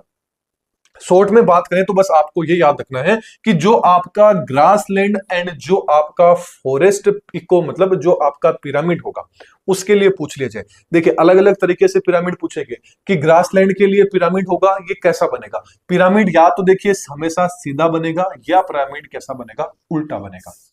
कैसा बनेगा, या तो सीधा बनेगा, या आपका जो पिरामिड है वो पिरामिड कैसा बनेगा, उल्टा बनेगा। सीधा कब बनेगा, उल्टा कब बनेगा, बस इतना ही एग्जाम में पूछा जाता है। तो याद रखना ग्रासलैंड एंड यदि अपन फॉरेस्ट की बात करेंगे तो आपका पिरामिड होगा वो यदि नंबर के जीवों की संख्या के बेसिस में बोलोगे तो लगभग मोस्टली हमेशा कैसा बनता है, सीधा बनता है। यदि यही आप बायोमास के यानी उसका जो जैविक भार होता है उसके बेसिस में पूछोगे तब भी पिरामिड हमेशा सीधा ही बनेगा। जबकि एनर्जी के रूप में पूछोगे कि जीवों की एनर्जी के रूप में ग्रासलैंड एंड फॉरेस्ट के लिए पिरामिड कैसा बनेगा, तो हमेशा कैसा बनेगा, सीधा बनेगा। बस ये चीज आपको याद रखनी है। ठीक ऐसे ही यदि आप पौंड या सी के लिए पूछोगे, बोले तो एक्वेटिक के लिए पूछोगे, तो नंबर के बेसिस पे पिरामिड हमेशा सीधा बनेगा। ऐसे ही बायोबेस के मतलब जो बायोमास होगा उसके बेसिस पे इन्वर्ट बोले तो पिरामिड कैसा बनेगा, आपका उल्टा बनेगा। एंड जो आपका एनर्जी के बेसिस पे आप देखोगे तो वो क्या बनेगा, हमेशा सीधा बनेगा। बस इतनी सी चीज है, ये चीज आपको याद रखना है। तो मेन इंपॉर्टेंट क्या आ गया कि जो आपका ट्री इकोसिस्टम होता है उस ट्री इकोसिस्टम में तो हब क्या हो सकता है, इन्वर्टेड। क्योंकि अभी अपन ने यहां क्या पूछा था कि मोस्टली तो अपराइट होता है यानी सीधा होता है, लेकिन कभी कभी उल्टा हो सकता है। तो वो उल्टा किस कंडीशन में होगा, जो आपका ट्री इकोसिस्टम होगा, यदि पेड़ पौधों से रिलेटेड पूछ लिया जाए तो पिरामिड कैसा हो सकता है, उल्टा बन सकता है। अदरवाइज ग्रासलैंड एंड फॉरेस्ट के लिए पिरामिड हमेशा कैसा बनेगा, सीधा बनेगा। जबकि ये जो पॉइंट है आपका बायोमास वाला, ये अक्सर आपके एग्जाम के अंदर क्या हो जाता है, पूछा जाता है। और एनर्जी का पिरामिड होता है, ये हमेशा कभी भी उल्टा नहीं बनेगा, हमेशा कैसा बनता है, सीधा ही बनता है। ये चीज आपको याद रखनी है। अब डिटेल के अंदर सारे के सारे पिरामिड कैसे बनेंगे, ये वाली slide very very ultra important लगा दीजिए। इस स्लाइड को तो आपको बिल्कुल भी स्किप नहीं करना है, क्योंकि वही है कि नंबर के बेसिस पे, बायोमास के बेसिस पे और एनर्जी के बेसिस पे पिरामिड कैसा बनता है। नंबर के बेसिस के ऊपर पिरामिड सीधा भी हो सकता है, उल्टा भी हो सकता है। अब देखिए उल्टा कब होगा, सीधा कब होगा। अभी मैंने क्या बताया कि ज्यादातर तो चांस रहेगा पिरामिड हमेशा सीधा ही बनेगा। उल्टा सिर्फ एक ही कंडीशन में बन सकता है, ट्रीज जो इकोसिस्टम होगा उसके लिए उल्टा बन सकता है, बाकी पिरामिड हमेशा अपराइट बनेगा, बोले तो सीधा बनेगा। कुछ इस, ये सीधा पिरामिड हो गया, ये उल्टा पिरामिड हो गया। ऐसे ही यदि बायोमास की बात करें तो बायोमास के अंदर पिरामिड होगा, ये टेरिस्टेरियल एंड जो एक्वेटिक इकोसिस्टम होगा इसके लिए तो हमेशा सीधा बनेगा, लेकिन मेराइन इकोसिस्टम होता है इसके लिए उल्टा बनता है। ये चीज आपको याद रखनी है। ठीक ऐसे ही एनर्जी इकोसिस्टम की बात करें तो एनर्जी इकोसिस्टम में पिरामिड हमेशा का हमेशा कैसा बनता है, आपका सीधा बनता है। बस इतनी ही चीज आपको याद रखनी है कि कब पिरामिड सीधा बनता है, कब उल्टा बनता है, सबसे इंपॉर्टेंट यही आपकी स्लाइड रहने वाली। चलिए फिर अब आगे बात कर लेते हैं कि पॉपुलेशन का इंटरेक्शन कैसे होता है। ये वाली स्लाइड भी काफी ज्यादा इंपॉर्टेंट है। यहां पर सिर्फ मैं आपको समझाऊंगा, दो स्लाइड है। पहले देखिए, एक तो ये स्लाइड आ जाती है, दूसरी आपकी ये आ जाती है। दोनों स्लाइड सेम है, बस यहां पर एग्जाम्पल लिखे हुए हैं, यहां एग्जाम्पल नहीं लिखे हुए हैं, बस इतना सा फर्क है। यहां पर कौन सी स्पीसीज को बेनिफिट होता है, कौन सी स्पीसीज को बेनिफिट नहीं होता है, या लॉस कौन सी, नुकसान कौन सी स्पीसीज को होता है, ये आपको पता रखना। फिर इनको डिटेल में थ्योरी के रूप में भी अपन देख लेंगे। तो एग्जाम टाइम में जब आप जाओगे तो सिर्फ इस वाली स्लाइड को एंड सिर्फ इस वाली स्लाइड, दोनों स्लाइड को देख लेना। इससे बाहर एक भी क्वेश्चन नहीं देखने को मिलेगा। थ्योरी जिस टाइम पे पढ़ो तब पूरी की पूरी जो चीज मैं बताऊंगा ये यहां पर क्या आ जाएगी, आपकी थ्योरी के रूप में आ जाएगी। तो चलिए, पॉपुलेशन इंटरेक्शन के अंदर सबसे पहले जो आपका म्यूचुअलिज्म है, जिसको सहोपकारिता के नाम से जाना जाता है, तो म्यूचुअलिज्म आखिरकार क्या होता है, आपको हमेशा याद रखना है कि सहोपकारिता यानी आप क्या कर रहे हैं, परोपकार कर रहे हैं, दोनों के दोनों लोग क्या कर रहे हैं। जैसे मैंने आपको कोई गिफ्ट दिया, आपने मेरे को गिफ्ट दिया, तो ये अपनों के बीच में क्या है, म्यूचुअल अंडरस्टैंडिंग जिसको अपन बोलते हैं ना, तो उसी से म्यूचुअल अंडरस्टैंडिंग मतलब ये मेरे को समझता है, मैं इसको समझता हूं, मतलब मैं आपको समझता हूं, आप मेरे को समझते हैं, तो इसमें दोनों को ही नुकसान नहीं होगा, दोनों को ही क्या होता है, फायदा होता है। तो जो आपकी सहोपकारिता होती है, म्यूचुअलिज्म होती है, इसके अंदर जो पहली स्पीसीज रहेगी उसको भी फायदा रहेगा एंड दूसरी स्पीसीज रहेगी उसको भी फायदा रहेगा, मतलब दोनों को ही फायदा रहेगा, नुकसान बिल्कुल भी नहीं होगा। अगला आ जाता है कंपटीशन। अब देखिए, कंपटीशन के अंदर हमेशा ही नुकसान होता है। कभी भी देख लीजिए, पहली स्पीसीज का भी नुकसान होगा, दूसरे का भी नुकसान होगा। जैसे यदि मैं आपसे कंपटीशन करूंगा, आप मेरे से कंपटीशन करेंगे, तो मेरे को भी नुकसान होगा, आपको भी नुकसान होगा। अब ये नुकसान कैसे होगा, सपोज कीजिए आपने कोई दुकान खोल रखी है, मैंने भी कोई शॉप खोल रखी है। अब मेरे को आपसे कंपटीशन करना है, तो कोई चीज है वो यदि मैं 10 की बेच रहा हूं, तो आप क्या सोचोगे, इसको मैं compete करने के लिए चीज 9 की, मेरे को चाहे नुकसान हो जाए, मैं 9 की बेच लूंगा। आप 9 की करोगे तो मैं भी क्या करूंगा, मैं भी या 9 की आपके बराबर कर लूंगा, या मैं क्या कर लूंगा, 8 की कर लूंगा। तो उससे मेरे को भी नुकसान हुआ, आपको भी नुकसान। तो कंपटीशन के अंदर हमेशा दोनों की दोनों जो स्पीसीज होती है उनको हमेशा क्या होता है, नुकसान होता है। अगला आ जाता है प्रीडेशन। प्रीडेशन की बात करें, परभक्षण जिसको बोला जाता है, प्रीडेशन के अंदर हमेशा एक स्पीसीज को फायदा होता है, जबकि दूसरी स्पीसीज को क्या होता है, नुकसान। यहां पे प्लस का मतलब हमेशा क्या होगा, फायदे से होगा, और माइनस का मतलब किससे होगा, नुकसान से होगा। तो जब भी प्लस माइनस देखो तो आप समझ लेना, प्लस का मतलब बेनिफिट से हो गया एंड माइनस का मतलब किसी चीज की नुकसान से हो गया। तो अपन प्रेडेशन की बात करें तो प्रेडेशन के अंदर एक स्पीसीज को फायदा होता है, दूसरी स्पीसीज को क्या होता है, आपका नुकसान होता है। अगला आ जाता है पैरासिटिज्म। जो पैरासिटिज्म यानी परजीवी होगा, परजीविता, उसके अंदर भी एक स्पीसीज को नुकसान होगा, जबकि एक स्पीसीज को क्या होगा, आपका फायदा होगा। कैसे होगा, कौन से एग्जांपल आएंगे वो थोड़ी देर में अपन देख लेंगे। अगला आ जाएगा कम्युनलिज्म। यदि अपन सहभोजिता कम्युनलिज्म की बात करें तो कमेंसलिज्म जिसको अपन बोलते हैं, कमेंसलिज्म, तो ये जो कमेंसलिज्म होगा इसमें अंदर क्या होगा, एक स्पीसीज को तो फायदा होगा, लेकिन दूसरी स्पीसीज रहेगी उसको ना तो फायदा होगा ना ही नुकसान होगा। तो जीरो का मतलब यहां पर क्या हो जाता है, ना तो इसको फायदा हुआ ना ही इसको क्या हुआ, नुकसान हुआ। ये क्या होता है, कमेंसलिज्म के अंदर आ जाता है। फिर आ जाता है अमेंसलिज्म। अमेंसलिज्म के अंदर क्या होगा, एक बंदे को तो क्या होगा, नुकसान होगा, लेकिन दूसरे को उससे ना तो फायदा होगा ना ही क्या होगा, आपका नुकसान होगा। वो किस में आ जाता है, अमेंसलिज्म के अंदर आ जाता है। तो ये कुछ पॉइंट्स है जो आपको पॉपुलेशन इंटरेक्शन के अंदर आपको याद रखना है। अब यदि एग्जांपल की बात करें तो वही म्यूचुअलिज्म की बात करें तो म्यूचुअलिज्म में अपन ने बात की थी कि दोनों के दोनों स्पीसीज को क्या होगा, फायदा होगा। तो इसका एग्जांपल आ जाता है लाइकेन एंड माइकोराइजा। इन दोनों के अंदर क्या होता है, देखिए लाइकेन की बात करें तो लाइकेन के कारण एल्गी एंड फंजाई दोनों को क्या होगा, फायदा होगा। यदि माइकोराइजा की बात करें तो माइकोराइजा किसके बीच में होता है, पेड़ पौधों के बीच, मतलब जो पेड़ हो गई, मिट्टी हो गई, उनके बीच में हो गया, बैक्टीरिया हो गया और पेड़ की जो रूट हो गई, उससे पेड़ को भी नुकसान नहीं होता है, माइक्रोराइजा को भी फायदा हो जाता है। वो जो भी आपके न्यूट्रिएंट्स वगैरह होते हैं वो पेड़ को दे देता है और उसको जो पानी वगैरह खाना चाहिए वो पेड़ उसको दे देता है। तो इसमें क्या होता है, दोनों को ही क्या हो जाता है, फायदा हो जाता है। ये किसमें आ जाता है, म्यूचुअलिज्म। ये स्लाइड सबसे ज्यादा इंपॉर्टेंट है क्योंकि एग्जाम्पल भी इसके अंदर है और साथ में किसको फायदा होगा किसको नुकसान होगा ये भी इसमें आ जाता है। फिर आ जाता है आपका प्रेडेशन। प्रेडेशन की बात करें तो इसमें एक का तो फायदा होगा, दूसरे का क्या होगा, नुकसान होगा।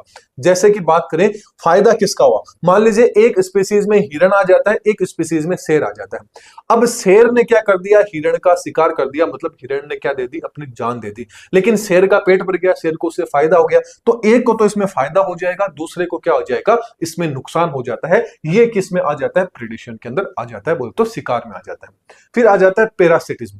पैरासिटिज्म में अपन ने देखा था एक को फायदा हो जाता है लेकिन दूसरे को नुकसान हो जाता है। आपने अमरबेल का नाम सुना होगा, कसकट का नाम सुना होगा।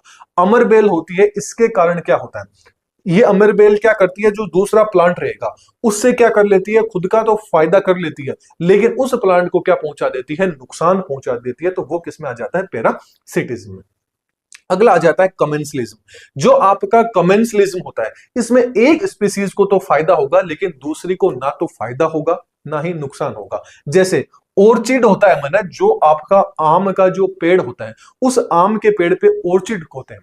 तो ये जो आपके ऑर्चिड रहेंगे, इन ऑर्चिड को तो आम के पेड़ पे रह रहे हैं तो फायदा हो जाएगा लेकिन इससे आम के पेड़ को कोई भी फर्क नहीं पड़ता है, कोई भी नुकसान नहीं करता। ये उसका एग्जाम्पल आ जाता है। इसके आ जाता है अमेंसलिज्म।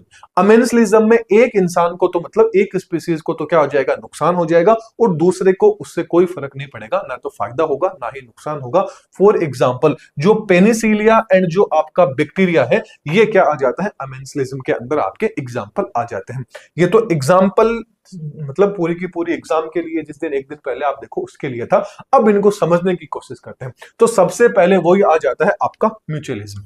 म्यूचुअलिज्म की बात करें तो यहां पर क्या होगी, दोनों के दोनों स्पीसीज क्या होती है, एक दूसरे के ऊपर क्या होगी, आपकी निर्भर रहती है। प्लस प्लस का मतलब इसको भी फायदा, इसको भी फायदा, स्पीसीज फर्स्ट को भी फायदा, स्पीसीज सेकंड को भी फायदा आ जाता है। एग्जाम्पल बात करें लाइकेन की तो लाइकेन क्या होगा, जो एल्गी होगी वो तो खाना दे देता है एंड फंजाई क्या दे देता है, उसको रहने के लिए जगह और पानी दे देता है। ऐसे ही माइकोराइजा की बात करें तो फंजाई और जो बड़े पौधों की जड़ें होते हैं उनके बीच का जो संबंध है वो क्या कहलाता है, आपका माइकोराइजा कहलाता है। मतलब यहां पर दोनों को एक दूसरे से क्या हो जाता है, फायदा हो जाता है। फिर आ जाता है प्रेडिशन, यानी बोले तो प्रभक्षण। इसके अंदर एक को फायदा होगा, दूसरी स्पीसीज को क्या होगा, नुकसान होगा। वही इसमें एक तो क्या हो जाता है, शिकारी हो जाता है, दूसरे का क्या हो जाता है, शिकार हो जाता है। जो आपका प्रेडेटर होता है उसको तो फायदा हो जाता है, जो प्रे था जिसका शिकार हुआ है उसको नुकसान हो जाता है। जैसे हिरण ने किसका शिकार, मतलब शेर ने किसका शिकार कर लिया, हिरण का कर लिया। और ठीक ऐसी जो चिड़िया थी उस चिड़िया ने क्या कर दिया, बीज का क्या कर लिया, शिकार कर दिया। यदि वो बीज वहां से नहीं उठाती तो एक पेड़ में कन्वर्ट हो जाता, लेकिन अब एक पेड़ क्या हो गया, कम हो गया। क्यों, क्योंकि चिड़िया ने उस बीज को वहां से हिला दिया। दूसरी चीज आपको यह याद रखनी है कि जो प्रेडेटर इकोसिस्टम में एनर्जी फ्लो बनाए रखने के लिए प्रे की पॉपुलेशन को नियंत्रण भी करता है। तो ये भी चीज आपको है वो याद रखनी है कि जो शिकार होता है वो मेंटेन करने के लिए कि इसकी संख्या कितनी रहनी चाहिए उसको क्या करता है, रेगुलेट करने का भी काम करता है। अगला आ जाता है पैरासिटिज्म, परजीविता। पैरासिटिज्म में भी एक को फायदा होगा, दूसरे को नुकसान होगा। देखिए पैरासाइट अपने होस्ट से क्या ले लेता है, न्यूट्रिशन ले लेता है इसके अंदर। जैसे अब जो पैरासाइट है ये भी आपके दो प्रकार के होते हैं, एक तो एक्टोपैरासाइट आ जाता है, एक आपका एंडोपैरासाइट आ जाता है। एक्टोपैरासाइट तो वो होंगे, एक्टो का मतलब क्या होता है, बाहर की साइड में, पैरासाइट का मतलब परजीवी। ऐसे परजीवी जो क्या होते हैं, शरीर से बाहर रहते हैं। फॉर एग्जाम्पल कौन आ जाता है, जूं। अब जो जूं एंड मानव के बीच में रिलेशन देखोगे तो मानव का खून पी जाती है जूं, तो इससे मानव को तो नुकसान हो गया लेकिन जूं का क्या हो गया, फायदा। मतलब एक स्पीसीज का नुकसान हो गया, एक स्पीसीज का क्या हो गया, इसमें फायदा हो जाता है। ठीक ऐसे अमरबेल का हो गया दूसरे पादप के साथ में, उसे अमरबेल को फायदा हो जाता है लेकिन दूसरे पादप को नुकसान हो जाता है। आगे बात करते हैं एंडोपेरासाइट। एंडोपेरासाइट का मतलब ऐसे जीव जो क्या होंगे, ऐसे परजीवी जो शरीर के अंदर प्रेजेंट होंगे, जैसे प्लाज्मोडियम एंड ह्यूमन के बीच में रिलेशन हो गया, एस्केरिस एंड ह्यूमन का हो गया, and amoeba and human. In condition में इन सब का तो फायदा हो जाएगा, लेकिन ह्यूमंस का क्या हो जाता है, नुकसान। मतलब एक स्पीसीज का फायदा, दूसरे स्पीसीज का नुकसान। अगला आ जाता है आपका कंपटीशन। कंपटीशन की बात करें तो जब रिसोर्स की बात करें कि जो रिसोर्स हो गया, खाना हो गया, पीना हो गया, रहना हो गया, हर एक चीज के लिए क्या हो, लड़ाई हो, वो क्या कहलाती है, आपकी कंपटीशन कहलाती है। अब जो कंपटीशन था, इसे कंपटीशन को समझाने के लिए एक प्रिंसिपल दिया गया था। वो प्रिंसिपल क्या था, गोज का प्रिंसिपल। जो गोज का प्रिंसिपल है, ये क्या बोलती है कि जो भी दो स्पीसीज के बीच में हमेशा लड़ाई होगी, उसके अंदर जो स्पीसीज मजबूत होगी वो तो जीत जाएगी, और जो स्पीसीज होगी वो वीक होगी, वो हार जाएगी। ये चीज तो सबको ही पता है, जो मजबूत होगा वो जीत जाएगा, जो कमजोर होगा वो हार जाएगा। लेकिन ये चीज सोचने का सबसे पहले किसने देखा, गोस ने देखा। इसीलिए क्या आ गया भाई, उनका सिद्धांत आ गया। तो वही चीज है कि जो हमेशा जीत जाएगा वो क्या हो जाएगा, जीत जाएगा, और जो हार जाएगा वो सीधी बात है, हार जाएगा। तो वही क्या आ जाता है, आपका कंपटीशन के अंदर आ जाता है। चलिए अगला आ जाता है कमेंसलिज्म। कमेंसलिज्म की बात करें तो इसके अंदर एक को फायदा होगा, लेकिन दूसरी स्पीसीज को इससे घंटा ही फर्क नहीं पड़ेगा। पहला आ जाता है एग्जाम्पल। जैसे आम के पेड़ पर जो उगने वाला ऑर्किड होता है, ये ऑर्किड क्या करता है, ऑर्किड को जगह तो मिल जाती है, लेकिन इससे आम के पेड़ को कोई भी क्या होता है, नुकसान नहीं पहुंच पाता है। ठीक ऐसे ही जो आपकी व्हेल की मछली होती है, उस व्हेल मछली की पीठ के ऊपर बर्नकल नामक क्या होता है, एक जीव होता है, ये चिपक जाता है, बस उसको रहने के लिए वहां जगह मिल जाती है, लेकिन वो व्हेल मछली को कोई भी किसी प्रकार का कोई भी नुकसान नहीं पहुंचाता है। फिर आ जाता है अमेंसलिज्म।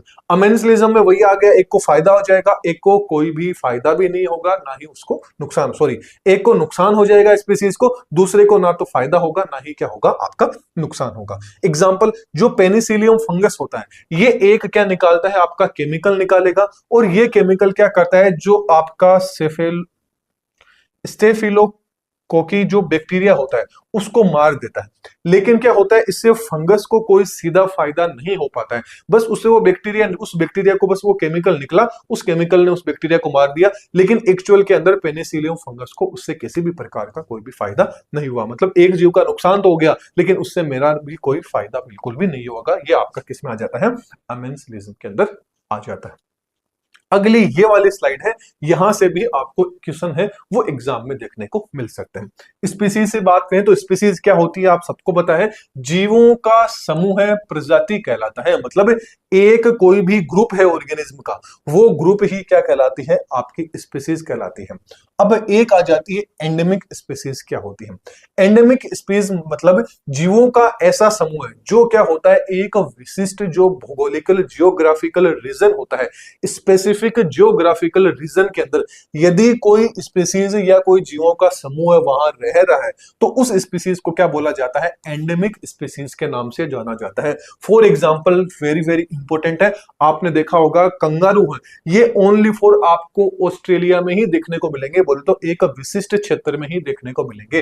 ठीक ऐसे ही जो कीवी है, वो कीवी आपको ओनली फॉर न्यूजीलैंड है, उसी के अंदर आपको ज्यादा देखने को मिलेगी उनकी स्पीसीज। ठीक ऐसे ही जो रेगिस्तानी ऊंट होते हैं, वो आपको कहां देखने को मिलेंगे, राजस्थान के अंदर ही देखने को मिलेंगे, बोले तो मतलब रेगिस्तान में ही आपको वो देखने को मिलते हैं।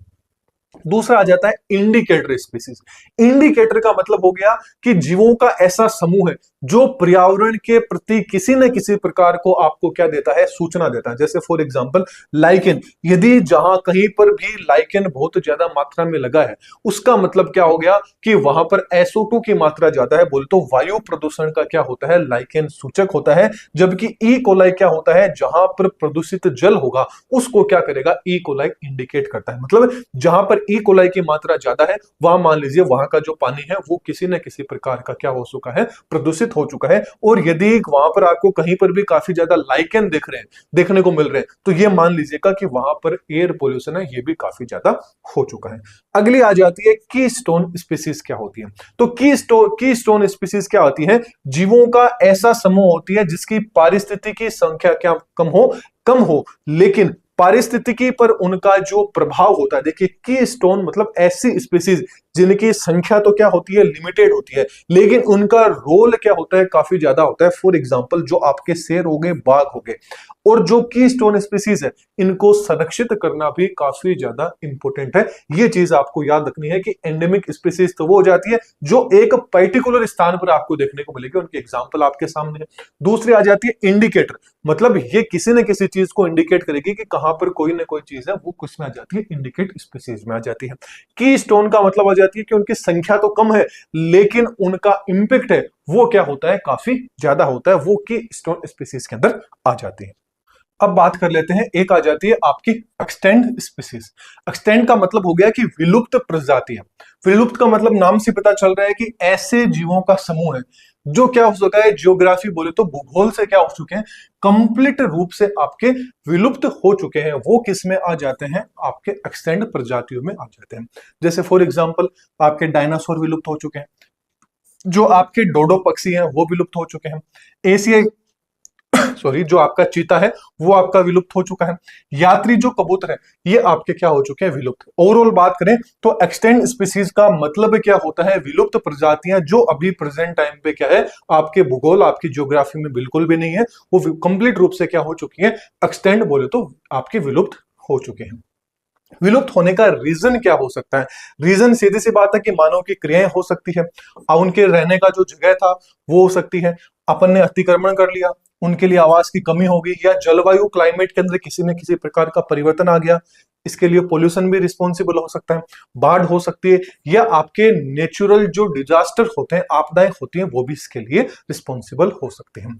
एक आ जाता है अनडिजर्ड स्पीसीज, यानी संकटग्रस्त आपकी जातियां, यानी जीवों का ऐसा समूह है जिसकी पारिस्थितिकी संख्या में क्या हो रही हो, अत्यंत कम हो रहे हो, मतलब ऐसे जीवों का यदि अपन प्रेजेंट टाइम पे संरक्षण नहीं करेंगे तो विलुप्त होने के कगार पे। बोले तो जो आपका अनडिजर्ड जो स्पीसीज होते हैं, संकटग्रस्त जो जीव होते हैं, इसका मतलब यदि अपन ने उनका संरक्षण यानी कंजर्वेशन नहीं किया तो वो जीव भी किस में आ सकते हैं, एक्सटेंड स्पीसीज के अंदर आ सकते हैं, बोले तो विलुप्त प्रजाति के अंदर आ सकते हैं। इसलिए इनका क्या किया जाता है, संरक्षण करना इंपॉर्टेंट होता है। एंड जो भी जीव अनडिजर्ड स्पीसीज में आ जाती है तो उनको क्या किया जाता है, उन जीवों का नामकरण के लिए एक अलग से बुक बनाई गई है, उस बुक में उनका आंकड़ा लिख दिया जाता है लाल पेन से, जिसलिए उसको क्या बोला जाता है, रेड डेटा बुक, मतलब लाल कलर की एक बुक होती है, उस बुक में उस स्पीसीज का नाम लिख दिया जाता है कि ये स्पीसीज अभी संकट के अंदर है, अब इस स्पीसीज का क्या करना होगा, कंजर्वेशन करना होगा। तो याद रखना, जो ऐसी स्पीसीज जो क्या होती है, मतलब ये मान लीजिए डेंजर कंडीशन में है, उन स्पीसीज को किस बुक के अंदर नोट किया जाता है, रेड डेटा बुक के अंदर किया जाता है। मतलब यदि किसी स्पीसीज का रेड डेटा बुक के अंदर नाम आ गया है तो उसकी संख्या जब तक वापस से नॉर्मल नहीं होती है, पहली चीज तो उनको नॉर्मल करना बहुत ज्यादा कठिन हो जाता है, और फिर भी अपन ने कैसे जैसे करके उनकी संख्याओं को वापस से नॉर्मल कर दिया, तो फिर उन्हें लाल रेड डेटा बुक में से उनका नाम हटा के किस में डाल दिया जाता है, ग्रीन डेटा बुक में डाल दिया जाता है। तो red data book and green data book का जो डिफरेंस है ये आपको पता होना चाहिए। एग्जाम में पूछा जा सकता है कि रेड डेटा बुक के अंदर कौन सी स्पीसीज को डाला जाता है, तो जो संकटग्रस्त स्पीसीज होती है उनको लाल आपकी जो बुक है इसके अंदर, रेड डेटा बुक है इसके अंदर डाला जाता है, जबकि ग्रीन डेटा बुक के अंदर उन स्पीसीज को डाला जाता है जिनकी स्थिति क्या होती है, नॉर्मल होती है, मतलब किसी भी प्रकार का संकट उनके ऊपर नहीं होता है। जैसे फॉर एग्जाम्पल की बात करें, लाल पांडा आ गया, एशियाई शेर आ गया, गोडावन आ गया, रॉयल बंगाल टाइगर आ गया, भारतीय गेंडा, काला हिरण हो गया, आपका पूंछ वाला बंदर हो गया, शेर पूंछ वाला बंदर हो गया, एशियाई हाथी हो गया, ग्रेट इंडियन बस्टर्ड हो गया, हिम तेंदुआ हो गया, गंगा नदी की डॉल्फिन हो गई, घड़ियाल आ गया, जावा आ गया, गिद्ध आ गया, एंड आपका रेनेट सर्कस का कछुआ आ गया। ये सारे के सारे किस्में हैं संकटग्रस्त जातियों के अंदर है, जो कभी इनको संकटग्रस्त जातियों के अंदर डाल दिया जाता है, कभी इनको बाहर निकाल दिया जाता है। ओवरऑल इनकी संख्या है वो ऊपर नीचे क्या होती है, आपकी होती रहती है। जबकि एक अम्ब्रेला स्पीसीज और होती है। अम्ब्रेला स्पीसीज याद रखना, उसको बोला जाता है जब गवर्नमेंट के द्वारा कोई अभियान चलाया जाता है।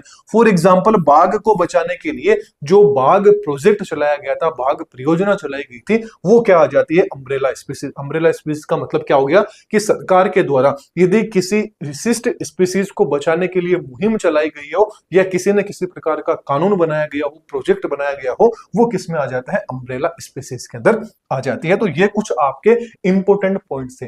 अब सबसे इंपॉर्टेंट आ जाता है बायोजियोकेमिकल साइकिल, जिसको क्या बोला जाता है, जैव रासायनिक चक्कर। यहां से भी क्वेश्चन आपके एग्जाम में आ सकते हैं। सबसे पहले इसका मतलब समझते हैं। बायो का मतलब किससे हो जाता है, कोई भी लिविंग ऑर्गेनिज्म, जीवित जीव होता है उससे आ जाता है। जियो का मतलब किससे आ जाता है, अर्थ से आ जाता है, पृथ्वी से रिलेटेड आ जाता है। केमिकल का मतलब कोई भी केमिकल सब्सटेंस हो गया। साइकिल का मतलब होता है चक्कर। यदि ये सारी की सारी चीजें एक चक्कर के अंदर घूमती है, उसी को क्या बोला जाता है, बायो जियो केमिकल आपका साइकिल बोला जाता है। मतलब इकोसिस्टम के अंदर जो न्यूट्रिएंट्स होता है उनका जीवों और इन्वायरमेंट के बीच में यदि लगातार क्या हो रहा है, सर्कुलेशन होता है, वो क्या कहलाता है, बायोजियोकेमिकल साइकिल कहलाता है। अब जो इंपॉर्टेंट बायोजियोकेमिकल साइकिल है, देखिए बायोजियोकेमिकल साइकिल एक तो गैसीय होता है, एक आपका सेडिमेंट्री होता है। बाकी तो सारे जैसे आपका जो कार्बन हो गया, नाइट्रोजन हो गया, एंड जो आपका कार्बन हो गया, नाइट्रोजन हो गया, ये सारे के सारे तो किसके, सल्फर हो गया, ये सारे के सारे तो किसके अंदर आ जाते हैं, आपके गैसीय साइकिल में आ जाते हैं। एक आ जाता है सेडिमेंट्री। सेडिमेंट्री का मतलब जो आपका फॉस्फोरस साइकिल होता है, ये किस में आ जाता है, सेडिमेंट्री साइकिल के अंदर आ जाता है। अवसाद जिसको बोला जाता है, चट्टाने वगैरह बोला जाता है, रॉक्स बोला जाता है, उनके अंदर आपका आ जाता है। अब थोड़े से इन साइकिल के बारे में आपको पता होना चाहिए। सबसे पहले वाटर साइकिल को देख लेते हैं कि वाटर साइकिल से रिलेटेड क्या क्वेश्चन एग्जाम में आ सकते हैं। वाटर साइकिल से रिलेटेड पहली चीज तो वाटर साइकिल चलता कैसे, चलिए इसको देख लेते हैं। यहां पे कुछ डायग्राम मैंने बना रखा है, बनाने की कोशिश की है। मान लीजिए आपका जो पानी है, वो पानी समंदर के अंदर है या कहीं भी आपने डाल रखा है, सनलाइट आती है, सनलाइट आके उस पानी पे गिरती है, वो पानी क्या होता है, गर्म होता है। हीट के रूप में पानी क्या हो जाता है, वाष्प के रूप में निकल जाता है। तो पहली कंडीशन तो आपकी वाष्पीकरण कहलाती है, जिसको क्या बोला जाता है, जिसको इवोपरेशन के नाम से जाना जाता है। क्या बोला जाता है, इसको इवोपोरेशन के नाम से जाना जाता है। अब क्या आ गया, जो वाटर था वो किसके रूप में चला गया, वाटर वेपर के रूप में, जल वाष्प के रूप में वो उड़ गया। अब फिर उसका क्या होता है, कंडेंसेशन होता है, बोले तो उसका संघनन होता है। तो कंडेंसेशन के अंदर क्या होगा, संघनन होगा। संघनन से क्या बन जाएंगे, आपके बादल बन जाएंगे। अब बादल क्या होंगे, पानी के रूप में वापस से क्या आ जाएंगे, जमीन पे आ जाएंगे, जिसको प्रेसिपिटेशन के नाम से जाना जाता है। किस नाम से जाना जाता है, प्रेसिपिटेशन के नाम से जाना जाता है, बोले तो वर्षण के नाम से इसको जाना जाता है। पानी क्या जाएगा, नीचे गिर जाएगा। अब ये जो पानी होगा, ये क्या चला जाएगा, नदियों के अंदर चला जाएगा, मिट्टी के अंदर चला जाएगा, महासागरों में चला जाएगा। फिर से वो पानी गर्म होगा, वापस से वाष्प बनेगा, और वापस से साइकिल क्या होगा, इसी तरीके से क्या होता है, आपका चलता रहता है। ओवरऑल बात करें तो पौधों से कैसे जाएगा, पौधों में वाष्पोत्सर्जन की प्रोसेस होगी। नदी का और उनका तो पता चल गया, लेकिन एक मैंने रखा मिट्टी में गया। अब मिट्टी से कहां चला गया वो पानी, पौधे में। पौधे से क्या आ गया, जल वाष्प के रूप में वापस से वो चला, और पौधे से जल वाष्प के रूप में जो निकलता है वो किसके द्वारा निकलता है, वाष्पोत्सर्जन प्रोसेस कहलाती है, बोले तो ट्रांसपायरेशन भूपति, ये जो प्रोसेस होती है कहलाती है। फिर वापस से जल वाष्प के रूप में बादल में चला जाएगा। ओवरऑल आपको वाटर साइकिल में यह याद रखना है कि यहां पर एक दो आपकी तीन मेन, मतलब एक दो तीन आपकी ज्यादातर प्रोसेस हो रही है। जैसे पहला इवोपोरेशन हो रहा है, उसके बाद में कंडेंसेशन होता है, फिर प्रेसिपिटेशन होता है, फिर वापस से कलेक्शन होता है, और वापस से इवोपोरेशन की प्रोसेस स्टार्ट हो जाती है। तो ये कुछ कंडीशन है, ये पॉइंट्स आपको याद रखने हैं एग्जाम के अंदर कि आखिरकार वाटर साइकिल के अंदर क्या होता है। अब जो आपका वाटर साइकिल के बाद में अगला आ जाता है कार्बन साइकिल।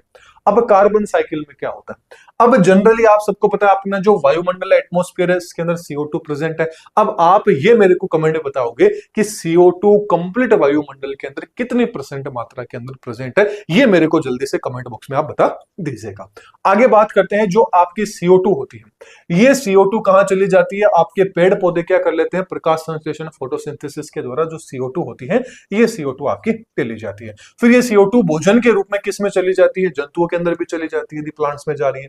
फिर जंतु क्या करते हैं, रेस्पायरेशन के द्वारा, दो कंडीशन से इनको निकाल सकते हैं। रेस्पायरेशन के द्वारा भी CO2 निकल सकती है।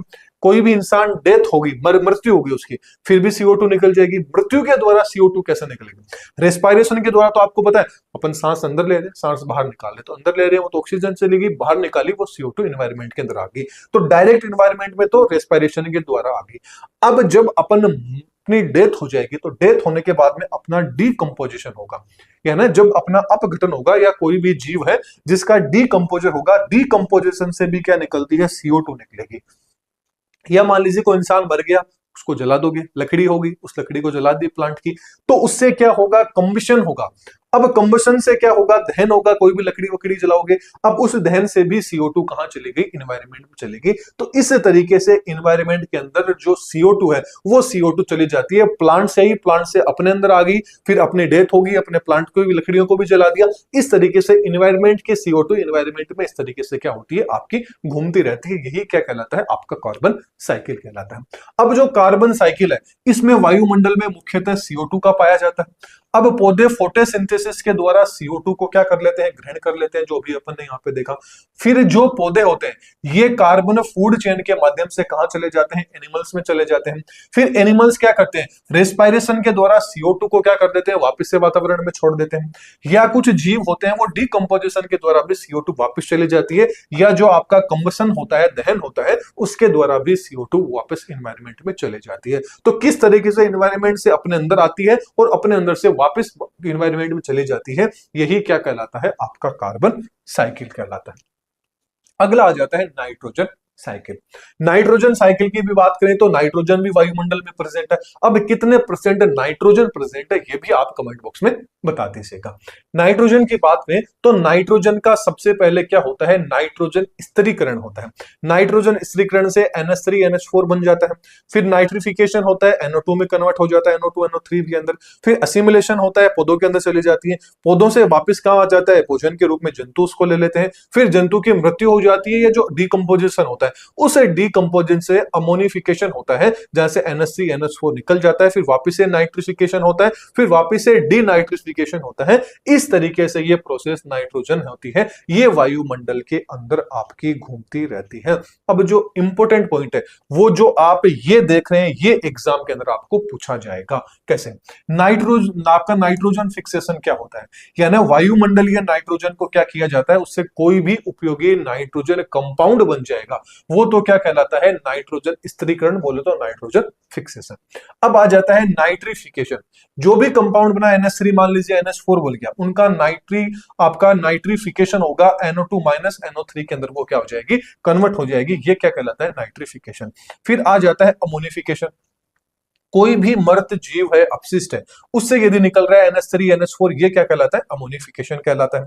फिर आ जाता है डीनाइट्रिफिकेशन, यानी NO3 से वापस N2 का बनना क्या कहलाता है, नाइट्रिफिकेशन। इस तरह से नाइट्रोजन क्या होती है, वापस से जो एटमॉस्फेयर होता है, वातावरण होता है, उस वातावरण के अंदर चली जाती है। ये था आपका नाइट्रोजन साइकिल। अब जो नाइट्रोजन साइकिल है इसके अंदर कुछ आपके बैक्टीरिया होते हैं, जीवाणु होते हैं, ये भी इंपॉर्टेंट रोल प्ले करते हैं। ज्यादा बस आपको एक ही बैक्टीरिया का नाम याद रखना है, राइजोबियम। बाकी भी इंपॉर्टेंट है, लेकिन राइजोबियम का नाम आपको सबसे ज्यादा याद रखना है। तो याद रखना, जो लेग्यूमिनियस प्लांट होते हैं उनकी रूट की जो नोड्यूल्स होती है उसके अंदर प्रेजेंट होते हैं, वहां पर ये नाइट्रोजन स्थिरीकरण होता है, उसका नाम, उसका फंक्शन करते हैं, मतलब तो नाइट्रोजन स्थिरीकरण करते हैं। फिर जो आपने देखा था कि NH3 थी, NO2 में चेंज भी हो रही थी, ये किसके द्वारा होता है, जिस बैक्टीरिया के द्वारा होता है उसको नाइट्रोमोनास जो बैक्टीरिया होता है उसके द्वारा। फिर NO2 थी, NO3 में कन्वर्ट हो रही थी, ये जो नाइट्रोबैक्टर नामक बैक्टीरिया होता है उसका काम होता है। फिर NO3 होती है, ये वापस N2 में कन्वर्ट हो रही थी, तो ये डीनाइट्रीफाइंग जो आपके बैक्टीरिया होते हैं उनके कारण हो रही थी। तो ये सारे बैक्टीरिया भी आपके इंपॉर्टेंट है, बस राइजोबियम थोड़ा सा ज्यादा इंपॉर्टेंट बैक्टीरिया आ जाता है।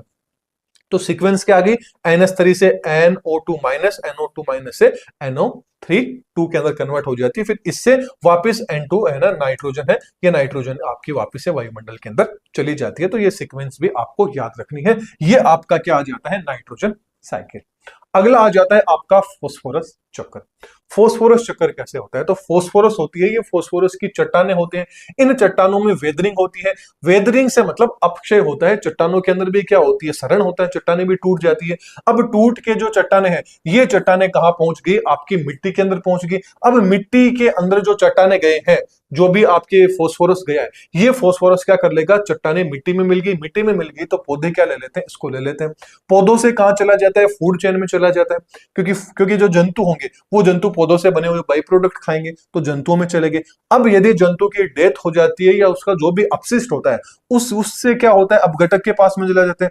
अब घटक से वापस से फॉस्फेट होता है, ये वापस से आपका कहां चला जाता है, मिट्टी के अंदर चला जाता है। और ये मिट्टी कहां चली जाती है, आपकी पानी के अंदर चला जाता है, या फिर ये भी कोई सेडिमेशन के द्वारा अवसाद चट्टाने होते हैं उनमें, या मान लीजिए कोई भूकंप वगैरह आ गया, कोई भी जियोलॉजिकल अपस्किल हो गया, उसके कारण अपलेट हो गया, अपलिफ्ट हो गया, उसके द्वारा क्या होगी, वापिस से किसी चट्टान का निर्माण हो जाता है। इस तरीके से फॉस्फोरस भी क्या होता है, साइकिल के रूप में घूमता रहता है। जैसे देखिए रोक थी, रोक कहां चली गई, आपकी मिट्टी के अंदर चली गई, चट्टान के अंदर। मान लीजिए कि किसी भी प्रकार का कोई भूकंप आया या कोई चट्टान थी, वो चट्टान टूट गई, टूट के वो कहां चली गई, मिट्टी में मिल गई।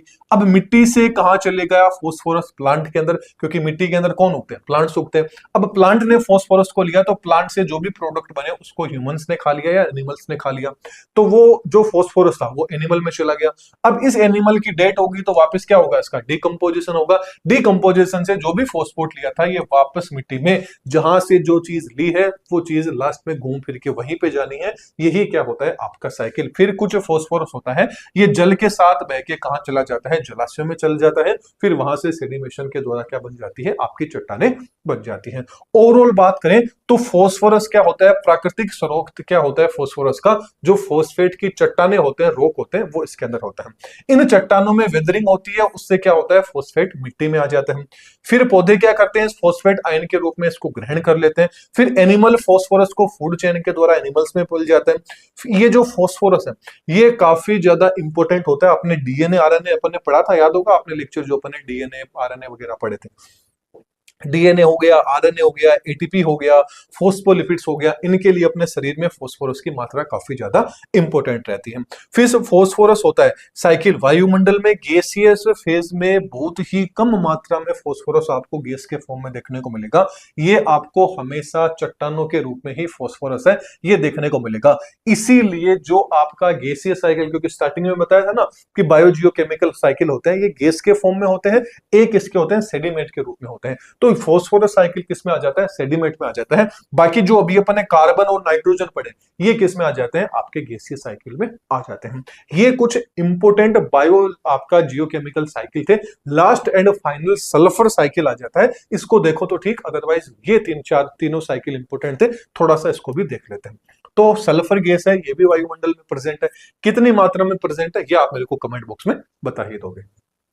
तो सीधी सी बात है कि सल्फर आपके वायुमंडल में प्रेजेंट है।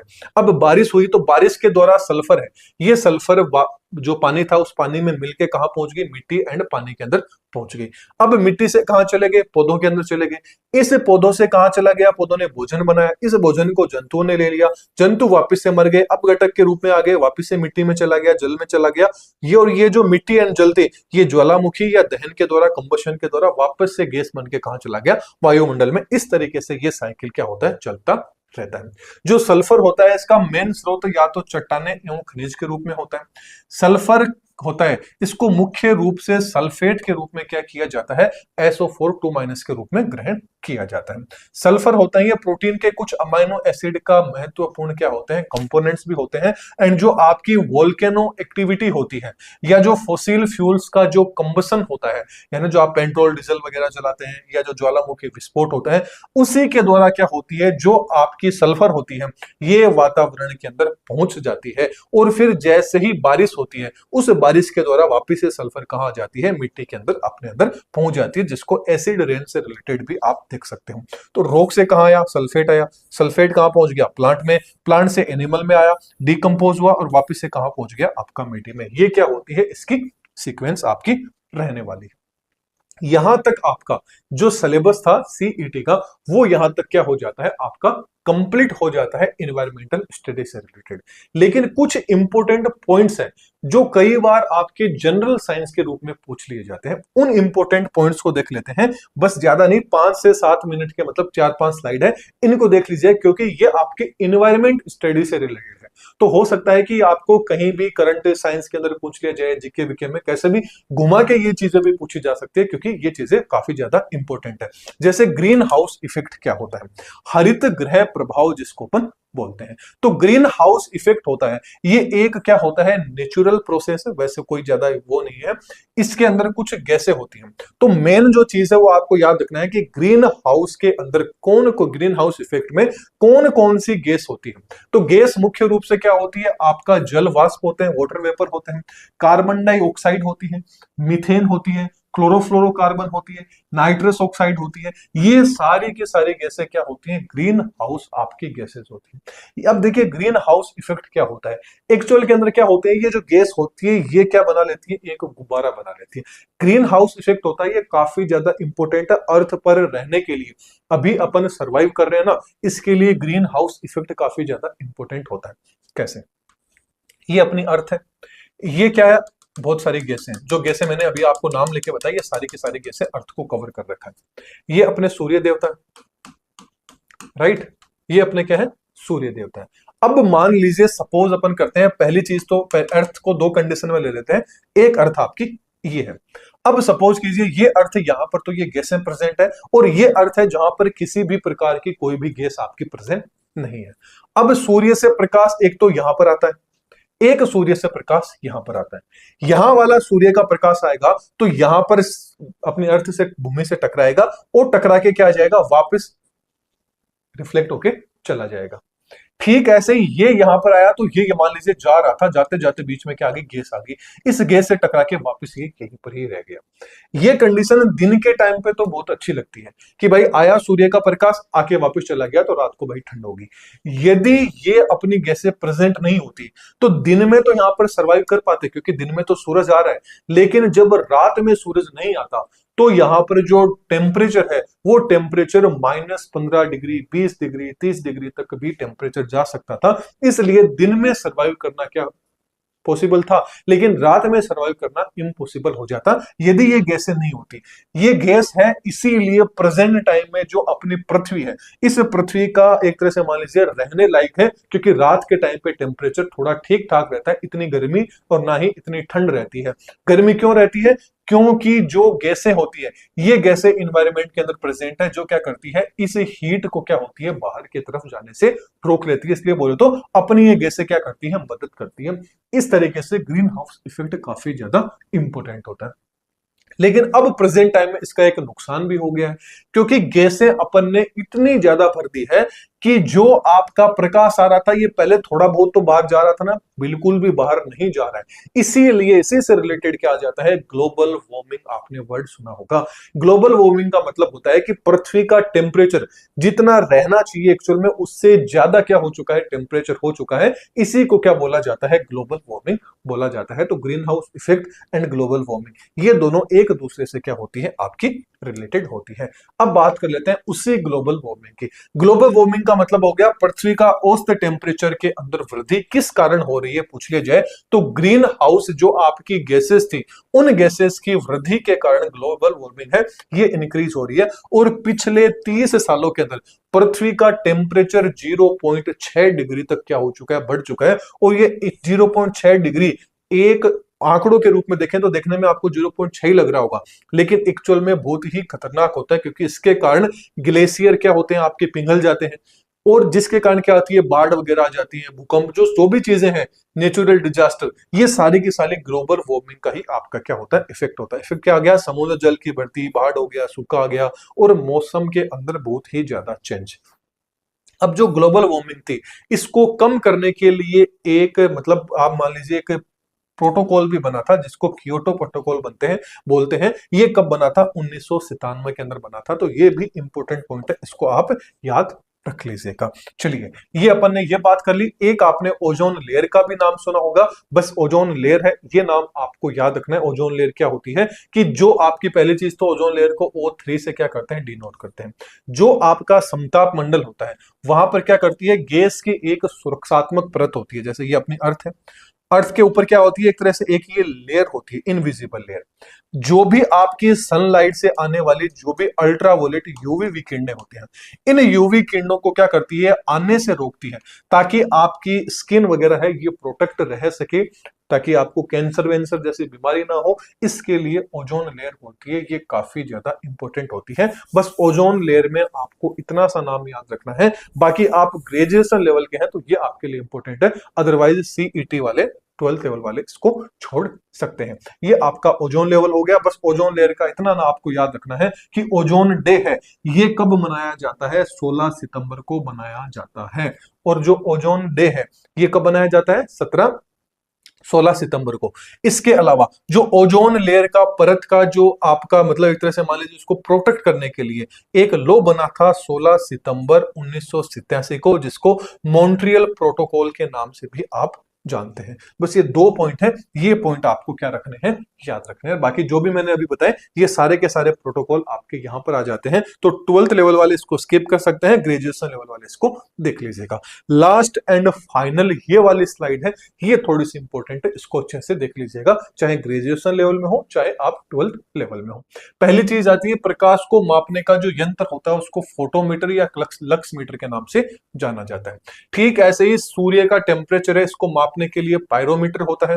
ह्यूमिडिटी होती है, इसको मापने के लिए हाइग्रोमीटर होता है। और वायु की गति को मापने के लिए आपका कौन सा होता है, रेडियोमीटर होता है। जबकि अपन बात करें 2 प्रकार के आपके जीव होते हैं, एक तो होते हैं होमोथर्मल, एक होते हैं हेटेरोथर्मल। दूसरी चीज आपको याद रखनी है, होमोथर्मल को ही ब्लड आपका वार्म ब्लड एनिमल बोला जाता है, एंड जो हेटेरोथर्मल होते हैं इनको कोल्ड ब्लडेड आपके एनिमल्स बोले जाते हैं। वार्म ब्लडेड एनिमल्स या जो होमोथर्मल एनिमल होते हैं ये एक्चुअल में क्या होते हैं, देखिए वार्म ब्लडेड एनिमल्स वो होते हैं जिनका शरीर का टेम्परेचर क्या होता है, स्थिर रहता है। बाहर की साइड में चाहे कितना भी टेम्परेचर क्यों ना हो, शरीर का टेम्परेचर क्या होता है, कांस्टेंट रहता है। आप तरह से मान लीजिए एक तरह से फिक्स रहता है कि अपने शरीर का टेम्परेचर इतना ही होगा। वो जीव किस में आ जाते हैं, वार्म ब्लडेड बोले तो होमो आपके थर्मल जीव के अंदर आ जाते हैं। फॉर एग्जाम्पल पक्षी हो गए एंड मैमल्स इसके अंदर आ जाते हैं। जैसे बात करें सर्दियों की बात करें तो सर्दियों के अंदर आपने देखा होगा बाहर की साइड में मतलब बाहर का जो एनवायरनमेंट है वहां पर टेम्परेचर 0 डिग्री की भी चला जाता है या -2 -3 भी चला जाता है। फिर भी यदि आप अपने खुद का शरीर का टेम्परेचर देखोगे तो शरीर का टेम्परेचर जितना होना चाहिए 36-37 डिग्री उतना ही आपके शरीर का क्या होता है, टेम्परेचर रहता है। तो ये जीव क्या कहलाते हैं, वार्म ब्लडेड कहलाते हैं। जबकि कोल्ड ब्लडेड वो जीव होते हैं जो बाहर का टेम्परेचर जैसे ही चेंज हुआ वैसे ही उनके शरीर का टेम्परेचर भी क्या हो जाता है, चेंज हो जाता है। बोले तो शरीर का तापमान वातावरण के अनुसार क्या होता रहता है, चेंज होता रहता है। वो कौन आते हैं, आपके विषम तापी में हेटेरोथर्मल या कोल्ड ब्लडेड एनिमल्स के अंदर आ जाते हैं, जिसमें मछली आ गई, एम्फीबियंस आ जाते हैं एंड आपके रेप्टाइल्स आ जाते हैं। जबकि ह्यूमंस की बात करें तो ह्यूमन के शरीर के अंदर लगभग 70 से 90% क्या होता है, पानी होता है शरीर के अंदर। इस पानी का मेन काम क्या होता है, जो भी जैव रासायनिक यानी बायोकेमिकल रिएक्शन होती है उसके अंदर इंपॉर्टेंट होता है। शरीर का टेम्परेचर को रेगुलेट करने के अंदर पानी जरूरी होता है, और जो एक्सक्रीशन की प्रोसेस होती है उसके अंदर पानी का रोल काफी ज्यादा इंपॉर्टेंट होता है। ये अपन ने कंप्लीट बात कर ली सीईटी के आपके नोट्स में। राजस्थान सीईटी का जो अपना कोर्स चल रहा है, इस कोर्स के जो कंप्लीट नोट्स रहेंगे, यहाँ पर जो भी आपके लेक्चर रहेंगे वो उसके लेक्चर आपको के नोट्स कहाँ मिल जाएंगे, जो प्ले स्टोर वाली एप्लीकेशन है दादीज ग्रुप ऑफ एजुकेशन, इसके ऊपर आपको देखने को मिल जाएंगे। जैसे ही लेक्चर अपने अपलोड हो जाते हैं उसके 1 से 2 दिन के अंदर आपको नोट्स है वो नोट्स यहाँ पर मिल जाएंगे। ये अपना इन्वायरमेंटल स्टडी वाला चैप्टर क्या हो जाता है, यहाँ पर कंप्लीट हो जाता है। ये कुछ सोशल मीडिया से इनको भी आप फॉलो करना चाहें तो कर सकते हैं। इसके साथ साथ में वीडियो पसंद आई हो तो वीडियो लाइक कीजिएगा, चैनल पे नए तो चैनल को सब्सक्राइब कीजिएगा एंड ज्यादा से ज्यादा लोगों को वीडियो शेयर कीजिएगा। तो चलिए फिर अगले वीडियो में फिर मिलते हैं। Thank you.